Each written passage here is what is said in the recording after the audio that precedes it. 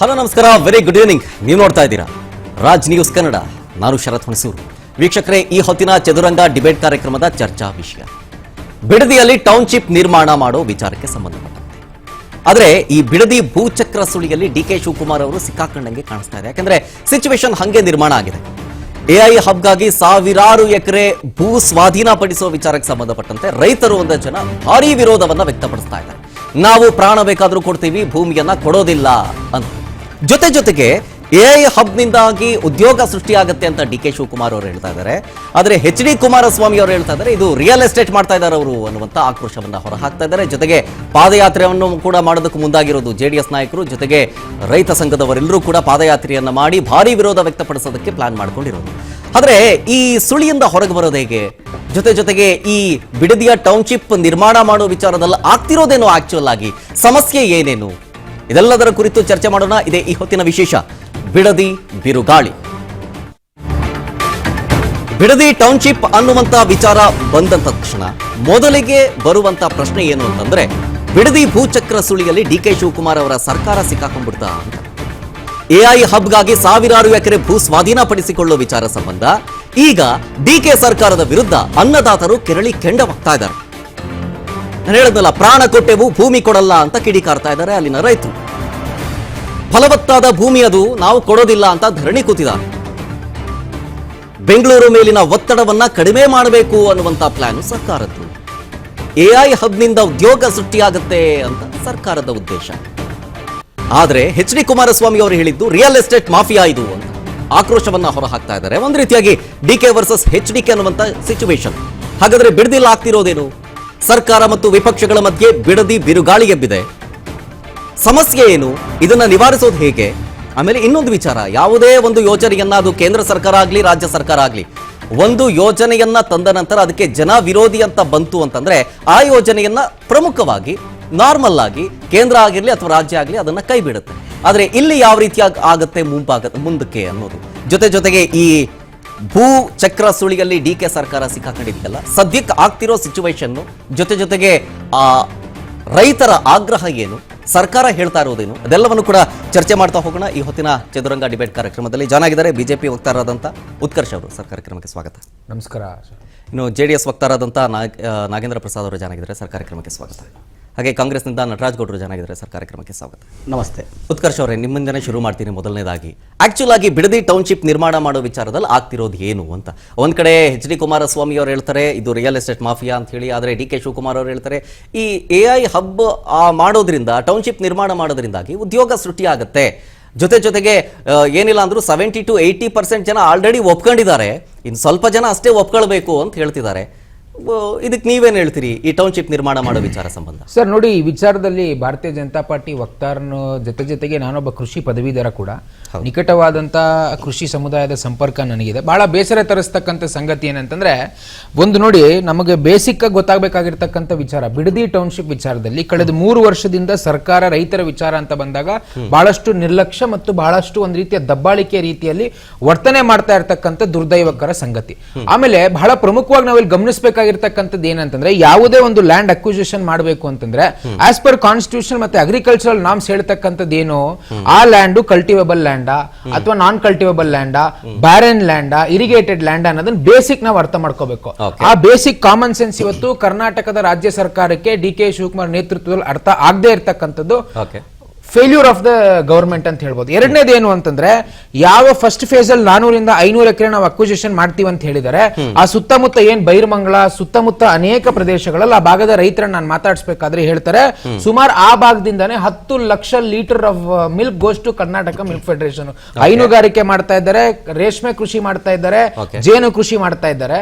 So ಯಾವ basis ಮೇಲೆ ನೀವು ಈ ಫಲವತ್ತಾದ ಭೂಮಿಯನ್ನ ಅಕ್ವಿಸಿಷನ್ ಮಾಡ್ತಾ ಇದ್ರಿ? ಮತ್ತೆ ಆರ್ಟಿಕಲ್ 21 ಆರ್ಟಿಕಲ್ 300 ಬಹಳ ಸ್ಪಷ್ಟವಾಗಿ ಹೇಳುತ್ತೆ, ರೈಟ್ ಟು ಪ್ರಾಪರ್ಟಿ ಮತ್ತು right to livelihood of farmers ಅಂತಂದ್ರೆ ಯಾವ ಸ್ಥಳದಲ್ಲಿ ರೈತರು ವಾಸ ಮಾಡ್ತಾ ಇದ್ದಾರೆ ಮತ್ತೆ ವಿಶೇಷವಾಗಿ ಫಲವತ್ತಾದ ಭೂಮಿಯಲ್ಲಿ ವಾಸ ಮಾಡದಂತ ಸಂದರ್ಭದಲ್ಲಿ ಬರೀ ಅದೊಂದು ಭೂಮಿ ಅಲ್ಲ, it is a natural resource, ಒಂದು ಸಂಪತ್ತದು ದೇಶಕ್ಕೆ. ಮತ್ತು ಬಹಳ ಪ್ರಮುಖವಾಗಿ ಅದು ಇಡೀ ಆ ಭಾಗದ ರೈತರ ಮತ್ತು ವಿಶೇಷವಾಗಿ ಗ್ರಾಮೀಣ ಭಾಗದ ಆರ್ಥಿಕತೆಗೆ ಶಕ್ತಿ ಕೊಡ್ತಕ್ಕಂಥ ಪ್ರದೇಶ ಅದು.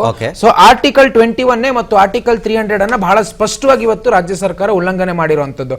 ಆಮೇಲೆ ಬಹಳ ಪ್ರಮುಖವಾಗಿ 70% ಜನ ಒಪ್ಕೊಂಡಿದ್ದಾರೆ ಅಂತ ಹೇಳ್ತಿದಾರಲ್ಲ. ಬರ್ತೀನಿ ಅಲ್ಲಿಗೆ. ಇವತ್ತು ಸರ್ಕಾರ ಪದೇ ಪದೇ 80%, 85% ಯಾವ ಡೇಟಾ, ಯಾವ ಡಾಕ್ಯುಮೆಂಟ್ ನಿಮ್ಮ ಹತ್ರ ಇದೆ, ಎಷ್ಟು ಅರ್ಜಿಗಳನ್ನ ತಗೊಂಡಿದ್ದೀರಿ, ಯಾವ ಬೇಸಿಸ್ ಮೇಲೆ ನೀವು ಕ್ಯಾಲ್ಕುಲೇಷನ್ ಮಾಡಿದಿರಿ, ಯಾವ ಆಧಾರದ ಮೇಲೆ 80%, 85% ಅಂತ ಹೇಳ್ತಾ ಇದ್ದೀರಾ ಅನ್ನೋಂಥದ್ದು ಕೂಡ ಮುಖ್ಯಮಂತ್ರಿಗಳು ಹೇಳಬೇಕಿಲ್ಲ ಅಂದ್ರೆ they will be held accountable. ಇನ್ನೊಂದು ಆಡ್ ಮಾಡ್ತೀನಿ. ಈಗ 70%, 80% ಜನ ಒಪ್ಕೊಂಡಿದ್ದಾರೆ ಅಂತಂದ್ರೆ ಹಾಗಾದ್ರೆ ಪ್ರತಿಭಟನೆ ಮಾಡ್ತಿರೋ ಕೇವಲ 10% ಇಷ್ಟೊಂದು ಜನ ಇದಾರ? ಹೇಗೆ ಪ್ರತಿಭಟನೆ ಮಾಡ್ತಿರೋರು ಯಾರಾಗಾದ್ರೆ? ನೋಡಿ, ಆಮೇಲೆ ಸರ್ಕಾರದ ಒಂದ್ ರೀತಿಯ ವರ್ತನೆ ಹೇಗಿದೆ ಅಂತಂದ್ರೆ, ಪ್ರತಿಭಟನೆ ಮಾಡ್ತಕ್ಕಂಥ ರೈತರು ಯಾವ ರೈತರೇ ಅಲ್ಲ, ಅವರು ಟೀ ಅಂಗಡಿ, ಕಾಫಿ ಅಂಗಡಿ ಟೀ ಕುಡಿತಕ್ಕಂಥವ್ರು, ಅವ್ರಿಗೆ ರೈತರ ಸಮಸ್ಯೆ ಗೊತ್ತಿಲ್ಲ ಅಂತ ಹೇಳ್ತಾ ಇದಾರೆ. ಮತ್ತೆ ಇವತ್ತು ನಾನು ಹೇಳ್ಬಾರ್ದು, ಬೆಳಿಗ್ಗೆ ಒಂದು ಮಾಧ್ಯಮದಲ್ಲಿ ಚರ್ಚೆಗಿದ್ದಾಗ ಬೈರಮಂಗಲದ ರೈತರು ಬಂದಿದ್ರು. ಅವ್ರು ಹೇಳ್ತಾರೆ, ಇದೇ ಬಾಲಕೃಷ್ಣ ಏನು ಅಬ್ಬರಿಸಿ ಒಬ್ಬೆರದು ಅಶೋಕ್ ಕುಮಾರಸ್ವಾಮಿ ಅಂತ ಮಾತಾಡಿದ್ರಲ್ವಾ ವಿರೋಧ ಪಕ್ಷದ ನಾಯಕರನ್ನ, ಕೇಂದ್ರ ಮಂತ್ರಿಗಳನ್ನ, ಅವ್ರಿಗೆ ಬೈರಮಂಗಲಕ್ಕೆ ಹೋಗಕ್ಕೆ ಭಯ ಅಂತೆ. ಕರೆದಿದ್ರಂತೆ ಇದೇ ರೈತರು, ಬನ್ನಿ ನಮ್ಮ ಊರಿಗೆ ಅಂದ್ರೆ, ನಾನು ಬರೋದಿಲ್ಲ, ಬಂದ್ರೆ ನೀವು ಚಪ್ಪಲಿ ಹೊಡಿತೀರಾ, ಹೊಡಿಸ್ತೀರಾ ನನಗೆ ಅಂತ ಹೇಳಿದ್ರಂತೆ. ಹಂಗೆ ಉತ್ತರ ಕುಮಾರನ್ ಪೌರುಷ ಮೀಡಿಯಾ ಮುಂದೆ ಅಂದಂಗ ಆಯ್ತು ಬಾಲಕೃಷ್ಣ ಅವ್ರ ಕತೆ. ಹಾಗಾಗಿ ಸ್ವಲ್ಪ ಆಮೇಲೆ ಬಾಲಕೃಷ್ಣ ಅವರು ಅಷ್ಟೇ ರೀ, ನೀವು ಒಬ್ಬ ಕ್ಷೇತ್ರದ ಶಾಸಕರಿ, ಜವಾಬ್ದಾರಿಯುತವಾಗಿ ಮಾತಾಡಿ. ನೀವು ಏಕವಚನದಲ್ಲಿ ಮಾತಾಡೋದು, ರೈತರನ್ನ ನೀವು ಯಾರು ರೈತರೇ ಅಲ್ಲ, ಕಾಫಿ ಅಂಗಡಿ ಮುಂದೆ ಕಾಲಹರಣ ಮಾಡ್ತಾರೆ ಇಂಥವ್ರು, ಈ ದರ್ಪದ ಮಾತಿದೆಯಲ್ವಾ, ಒಬ್ಬ ಡಿ.ಕೆ. ಶಿವಕುಮಾರ್ ಅವ್ರ ಶಿಷ್ಯಂದಿರಲ್ವಾ, ಅದೇ ಬಂದಿರೋ ಚಾಳಿ ಇನ್ನೆಲ್ಲಿ ಹೋಗುತ್ತೆ? ನಾಗೇಂದ್ರ ಸರ್, ನೀವೇನ್ ಹೇಳ್ತೀರಿ? ನೋಡಿ, ಮೊದಲನೇದಾಗಿ ತಾವು ಇವತ್ತು ಕರೆದಿರ್ತಕ್ಕಂಥದ್ದು ಯಾವುದು ನಮ್ಮ ಬಿಡದಿ ಬಿರುಗಾಳಿ DK ವರ್ಸಸ್ HDK ಅಂತಕ್ಕಂಥದ್ದನ್ನ ಹಾಕಿದ್ದೀರಾ. ಒಂದೆರಡು ನಿಮಿಷಗಳ ಕಾಲಾವಕಾಶ ನಾನು ಕೊಡಬೇಕು. 2006ನೇ ಇಸ್ವಿಯಲ್ಲಿ ಸಮ್ಮಿಶ್ರ ಸರ್ಕಾರ ಇರುವಂಥ ಸಂದರ್ಭದಲ್ಲಿ ಸನ್ಮಾನ್ಯ ಕುಮಾರಸ್ವಾಮಿ ಅವರು ಆವತ್ತಿನ ಬೆಂಗಳೂರು ನಗರದ ಒತ್ತಡ ಏನಿತ್ತು, ಯಾಕೆ ಅಂತಂದ್ರೆ ನಮ್ಮಲ್ಲಿ ರಸ್ತೆಗಳಾಗಿರ್ಬೋದು, ಕುಡಿಯೋ ನೀರು, ಪ್ರಕೃತಿ ಮತ್ತೆ ಇದು ವಾಯು ಮಾಲಿನ್ಯ, ಅನೇಕ ವಿಚಾರಗಳನ್ನೆಲ್ಲ ನೋಡಿಕೊಂಡು ಸುತ್ತಮುತ್ತಲೂ ಕೂಡ 5 ಏನು ಉಪನಗರಗಳನ್ನು ಮಾಡಬೇಕು ಅಂತಕ್ಕಂಥ ಒಂದಲ್ಲ, ಬೆಂಗಳೂರು ಸರೌಂಡ್ ಫುಲ್ ರೌಂಡ್ ಆಗಿ ಮಾಡಿದ್ರು. ಮಾಡಿದಂತ ಸಂದರ್ಭದಲ್ಲಿ ಆವತ್ತು ಇದೇ ಕಾಂಗ್ರೆಸ್ ಸರ್ಕಾರ ವಿರೋಧ ಪಕ್ಷದಲ್ಲಿ ಇದ್ದಂತ ಸಂದರ್ಭದಲ್ಲಿ ಪ್ರಬಲವಾಗಿ ಯಾವುದೇ ಕಾರಣಕ್ಕೂ, ಯಾಕೆ ಅಂತಂದ್ರೆ ನಿಮಗೆ ಒಂದು ಮಾತನ್ನು ನಾನು ಸ್ಪಷ್ಟವಾಗಿ ಹೇಳ್ತಾ ಇದ್ದೀನಿ, ಸನ್ಮಾನ್ಯ ದೇವೇಗೌಡರಿಗೆ ಯಾವಾಗಲೂ ಕೂಡ 3-4 ವರ್ಷಗಳ ಮುಂದೆ ಬೆಂಗಳೂರು ಆಗಿರ್ಲಿ, ದೇಶ ಆಗಿರ್ಲಿ, ರಾಜ್ಯ ಆಗಿರ್ಲಿ, ಏನ್ ಬೆಳೆಯುತ್ತೆ, ಮೂಲಭೂತ ಸೌಕರ್ಯಗಳು ಏನ್ ಬೇಕು, ಅವರ ವಿಷನ್ ಅವ್ರ ತಲೆಯಲ್ಲಿ ಇರುತ್ತೆ. ಇವತ್ತೇನಾದ್ರೂ ಅವರು ಒಂದು ಸಣ್ಣ ಉದಾಹರಣೆ ಹೇಳ್ತಾ ಇದ್ದೀನಿ, ಬೆಂಗಳೂರಿಗೆ ಏನಾದ್ರು ಕಾವೇರಿ ನೀರನ್ನು ತರಲಿಲ್ಲ ಅಂತಿದ್ರೆ ನಮ್ಮ ಮುಂದೆ ಇಟ್ಕೊಂಡಿರ್ತಕ್ಕಂಥ ಈ ಬಾಟ್ಲು ಸರಿಸುಮಾರು 100 ರೂಪಾಯಿ ಆಗಿರೋದು ನಾವು ಇವತ್ತಿನ ಪರಿಸ್ಥಿತಿಯಲ್ಲಿ, ಕಾವೇರಿ ನೀರು ಅವ್ರು ತರಲಿಲ್ಲ ಅಂದ್ರೆ. ಅದು ಅವರ ಮುಂದಾಲೋಚನೆ ಅಂತಕ್ಕಂಥ ಒಂದು ಉದಾಹರಣೆ. ಒಂದಾಯ್ತು. ಎರಡನೇದು, ಯಾವಾಗ ವಿರೋಧ ಪಕ್ಷಗಳು ಆಗಿನ ಒಂದು ಸರ್ಕಾರದಲ್ಲಿ ವಿರೋಧ ಮಾಡಿದ್ವು, ಅವರು ಎಲ್ಲ ಸೇರಿ ಯಾವುದೇ ಕಾರಣಕ್ಕೂ ಅವರು ಅವತ್ತು ಇದೇ ಮಾತೆ ಹೇಳಿದ್ರು, ರಿಯಲ್ ಎಸ್ಟೇಟ್ ಮಾಡೋದಕ್ಕೆ ಕುಮಾರಸ್ವಾಮಿ ಅವರೆಲ್ಲ ದಂಧೆ ಮಾಡೋದಕ್ಕೆ ಮಾಡ್ತಿದ್ದಾರೆ ಅಂತ ಹೇಳಿ. ಅವತ್ತು ನಾವು ಇಲ್ಲ ಅಂತ ಮನವರಿಕೆ ಮಾಡಿಕೊಟ್ಟಂತ ಸಂದರ್ಭದಲ್ಲಿ 3 ಸತಿ ರೈತರನ್ನ ಕರೆಸಿದ್ವಿ. ರೈತರು ಅವತ್ತು ಒಪ್ಕೊಳ್ಳಿಲ್ಲ. ಒಪ್ಕೊಳ್ಳದೆ ಇರೋದಕ್ಕೆ ಕೈ ಬಿಡುವಂತ ಸಂದರ್ಭದಲ್ಲಿ ಇದೇ ವಿರೋಧ ಪಕ್ಷದಲ್ಲಿರ್ತಕ್ಕಂಥ ಕಾಂಗ್ರೆಸ್ HK ಪಾಟೀಲ್ ಅವರ ನೇತೃತ್ವದಲ್ಲಿ ಸತ್ಯಶೋಧನಾ ಸಮಿತಿ ಅಂತಕ್ಕಂಥದ್ದು ರಚನೆ ಮಾಡಿ ಆ ಸಮಿತಿ ವರದಿನ ಕೇಳಿದ್ರು. ಆ ವರದಿಯಲ್ಲಿ ಇಲ್ಲಿ ಇದು ಕೃಷಿ ಭೂಮಿ ಫಲವತ್ತಾಗಿರ್ತಕ್ಕಂಥದ್ದು, ಅವ್ರು ಕೊಟ್ಟಿರ್ತಕ್ಕಂಥ ವರದಿಯಲ್ಲಿ ಕೆಲವು ಅಂಶಗಳನ್ನು ನಾನು ಜನರಲ್ ಆಗಿ ಹೇಳ್ತಾ ಇದ್ದೀನಿ. ಸರಿ ಸುಮಾರು ಇವತ್ತು ಏನು ಇವ್ರು ಅಕ್ವೈರ್ ಮಾಡಕ್ ಹೊರಟಿದ್ದಾರೆ, ಸಣ್ಣ ಮತ್ತು ಅತಿ ಸಣ್ಣ ರೈತರು 3,500 ಜನ ಇದ್ದಾರೆ. ಆಗ್ಲೇ ನನ್ನ ಮಿತ್ರರು ಹೇಳ್ತಾ ಇದ್ರು, ಹೈನುಗಾರಿಕೆ ವಿಷಯದಲ್ಲಿ 10 ಲಕ್ಷ ಲೀಟರ್ ಅಲ್ಲ, 6 ಲಕ್ಷ ಲೀಟರ್ ಒಂದು ದಿನಕ್ಕೆ ಹಾಲು ಉತ್ಪಾದನೆ ಆಗುತ್ತೆ. ಒಂದು ವರ್ಷಕ್ಕೆ ಒಂದು ಮಾವು ಕಟಾವ್ಗೆ 3,000 ಟನ್ನಿಂದ 4,000 ಟನ್ನು ಮಾವು ಉತ್ಪಾದನೆ ಆಗುತ್ತೆ. ಆಮೇಲೆ ನೀವು ರೇಷ್ಮೆಗೆ ಬರೋದಾದ್ರೆ ಒಂದು ದಿನಕ್ಕೆ 30ರಿಂದ 40 ಟನ್ ರೇಷ್ಮೆ ವಹಿವಾಟಾಗುತ್ತೆ. ಅದರ ಬೆಲೆ 2 ಕೋಟಿಯಿಂದ 2.5 ಕೋಟಿ ತನಕ ಇರುತ್ತೆ ಒಂದು ದಿನಕ್ಕೆ. ಇನ್ನು ಹೂಗಳಾಗಿರ್ಬೋದು, ಹಣ್ಣಾಗಿರ್ಬೋದು, ತರಕಾರಿಗಳಾಗಿರ್ಬೋದು, ತೆಂಗಾಗಿರ್ಬೋದು, ಮಾವಾಗಿರ್ಬೋದು, ರೇಷ್ಮೆ ಆಗಿರ್ಬೋದು, ಇವೆಲ್ಲ ಕೂಡ ಬೆಳೀತಕ್ಕಂಥ ಕೃಷಿ ಭೂಮಿ ಇದು. ಇಲ್ಲಿ ಸರಿಸುಮಾರು 3,500 ಜನ ಸಣ್ಣ ಮತ್ತು ಅತಿ ಸಣ್ಣ ರೈತರಿದ್ದಾರೆ. 10 ಕುಂಟೆ, 5 ಕುಂಟೆ, 15 ಕುಂಟೆ ಇಟ್ಕೊಂಡಿರ್ತಕ್ಕಂಥವ್ರು. ತಾವು ಆಗ್ಲೇ ಒಂದು ಪ್ರಶ್ನೆಯನ್ನ ಕೇಳಿದ್ರಿ, ಇದನ್ನ 80% ರೈತರು ಓಕೆ ಅಂದಿದ್ದಾರೆ ಅಂತ ಹೇಳಿ. ಸರಿಸುಮಾರು 472 ದಿನಗಳಿಂದ ಕೂಡ ಇವತ್ತು ಪ್ರೊಟೆಸ್ಟ್ ಕಂಟಿನ್ಯೂ ನಡೀತಾ ಇದೆ. ಪ್ರತಿದಿನ ಇಷ್ಟು ರೈತರು ಬಂದು ಕೂತ್ಕೊಳ್ಳೇಬೇಕಲ್ಲಿ. ಬೇರೆ ಯಾರೋ ಬೀದಿಲಿ ಹೋಗೋರು ಬಂದು ಕೂತ್ಕೊಂಡು ಪ್ರೊಟೆಸ್ಟ್ ಮಾಡಿದ್ರೆ ತಾವು ಮಾಧ್ಯಮಗಳಿದ್ದೀರಾ, ಕಣ್ಣ ಮುಂದೆ ಪ್ರಪಂಚ ತೋರಿಸ್ತಾ ಇದ್ದೀರಾ, ನೀವು ಯಾರನ್ನ ಸುಳ್ಳವ್ರನ್ನ ಕೂರಿಸ್ಕೊಳಕ್ ಆಗೋದಿಲ್ಲ. ಆಮೇಲೆ ಮೂಲಭೂತವಾಗಿ ರೈತರು ಇವತ್ತು ಒಂದು ಮಾತನ್ನ ಹೇಳ್ತಿದ್ದಾರೆ, ನಾವು ನಮ್ಮಲ್ಲಿರ್ತಕ್ಕಂಥ ನೋಡಿ ನಿಮಗೆ ಇವತ್ತಿನ ದಿನಮಾನಗಳಲ್ಲಿ 2006ರಿಂದ 26 ಇಸ್ವಿ ತನಕ 20 ವರ್ಷಗಳ ಕಾಲ ತಾವು ಡೆವಲಪ್ಮೆಂಟ್ ಬಗ್ಗೆ ಕೂಡ ಮಾತಾಡಿದ್ದಾರೆ. ಯಾಕೆ ಒಂದು ಫಿಲ್ಮ್ ಸಿಟಿ ಇದೆ, ಟೊಯೋಟಾ ಇದೆ, ಆ ಕಡೆ ವಂಡರ್ಲಾ ಇದೆ, ಈ ಕಡೆ ಬಂದ್ರೆ ಕೋಕೋ ಕೋಲಾ ಇದೆ, ಆ ಕಡೆ ನಿಮಗೆ ಮೂಲಭೂತ ಸೌಕರ್ಯಗಳಾಗಿರ್ತಕ್ಕಂಥ ಆಸ್ಪತ್ರೆಗಳಾಗಿರ್ಬೋದು, ಪೊಲೀಸ್ ಸ್ಟೇಷನ್ಗಳಾಗಿರ್ಬೋದು, ಸರ್ಕಾರಿ ಕಚೇರಿಗಳೆಲ್ಲ ಕೂಡ ಮೇಲ್ದರ್ಜೆ, ಇನ್ಕ್ಲೂಡಿಂಗ್ ಕೋರ್ಟು, ಸೂಪರ್ ಸ್ಪೆಷಾಲಿಟಿ ಆಸ್ಪತ್ರೆ, ಪ್ರತಿಯೊಂದು ಮೂಲಭೂತ ಸೌಕರ್ಯಗಳು ಅಲ್ಲಿ ಇರ್ತಕ್ಕಂಥ ರೈತರಿಗೆ ಸಿಕ್ಕಿದೆ.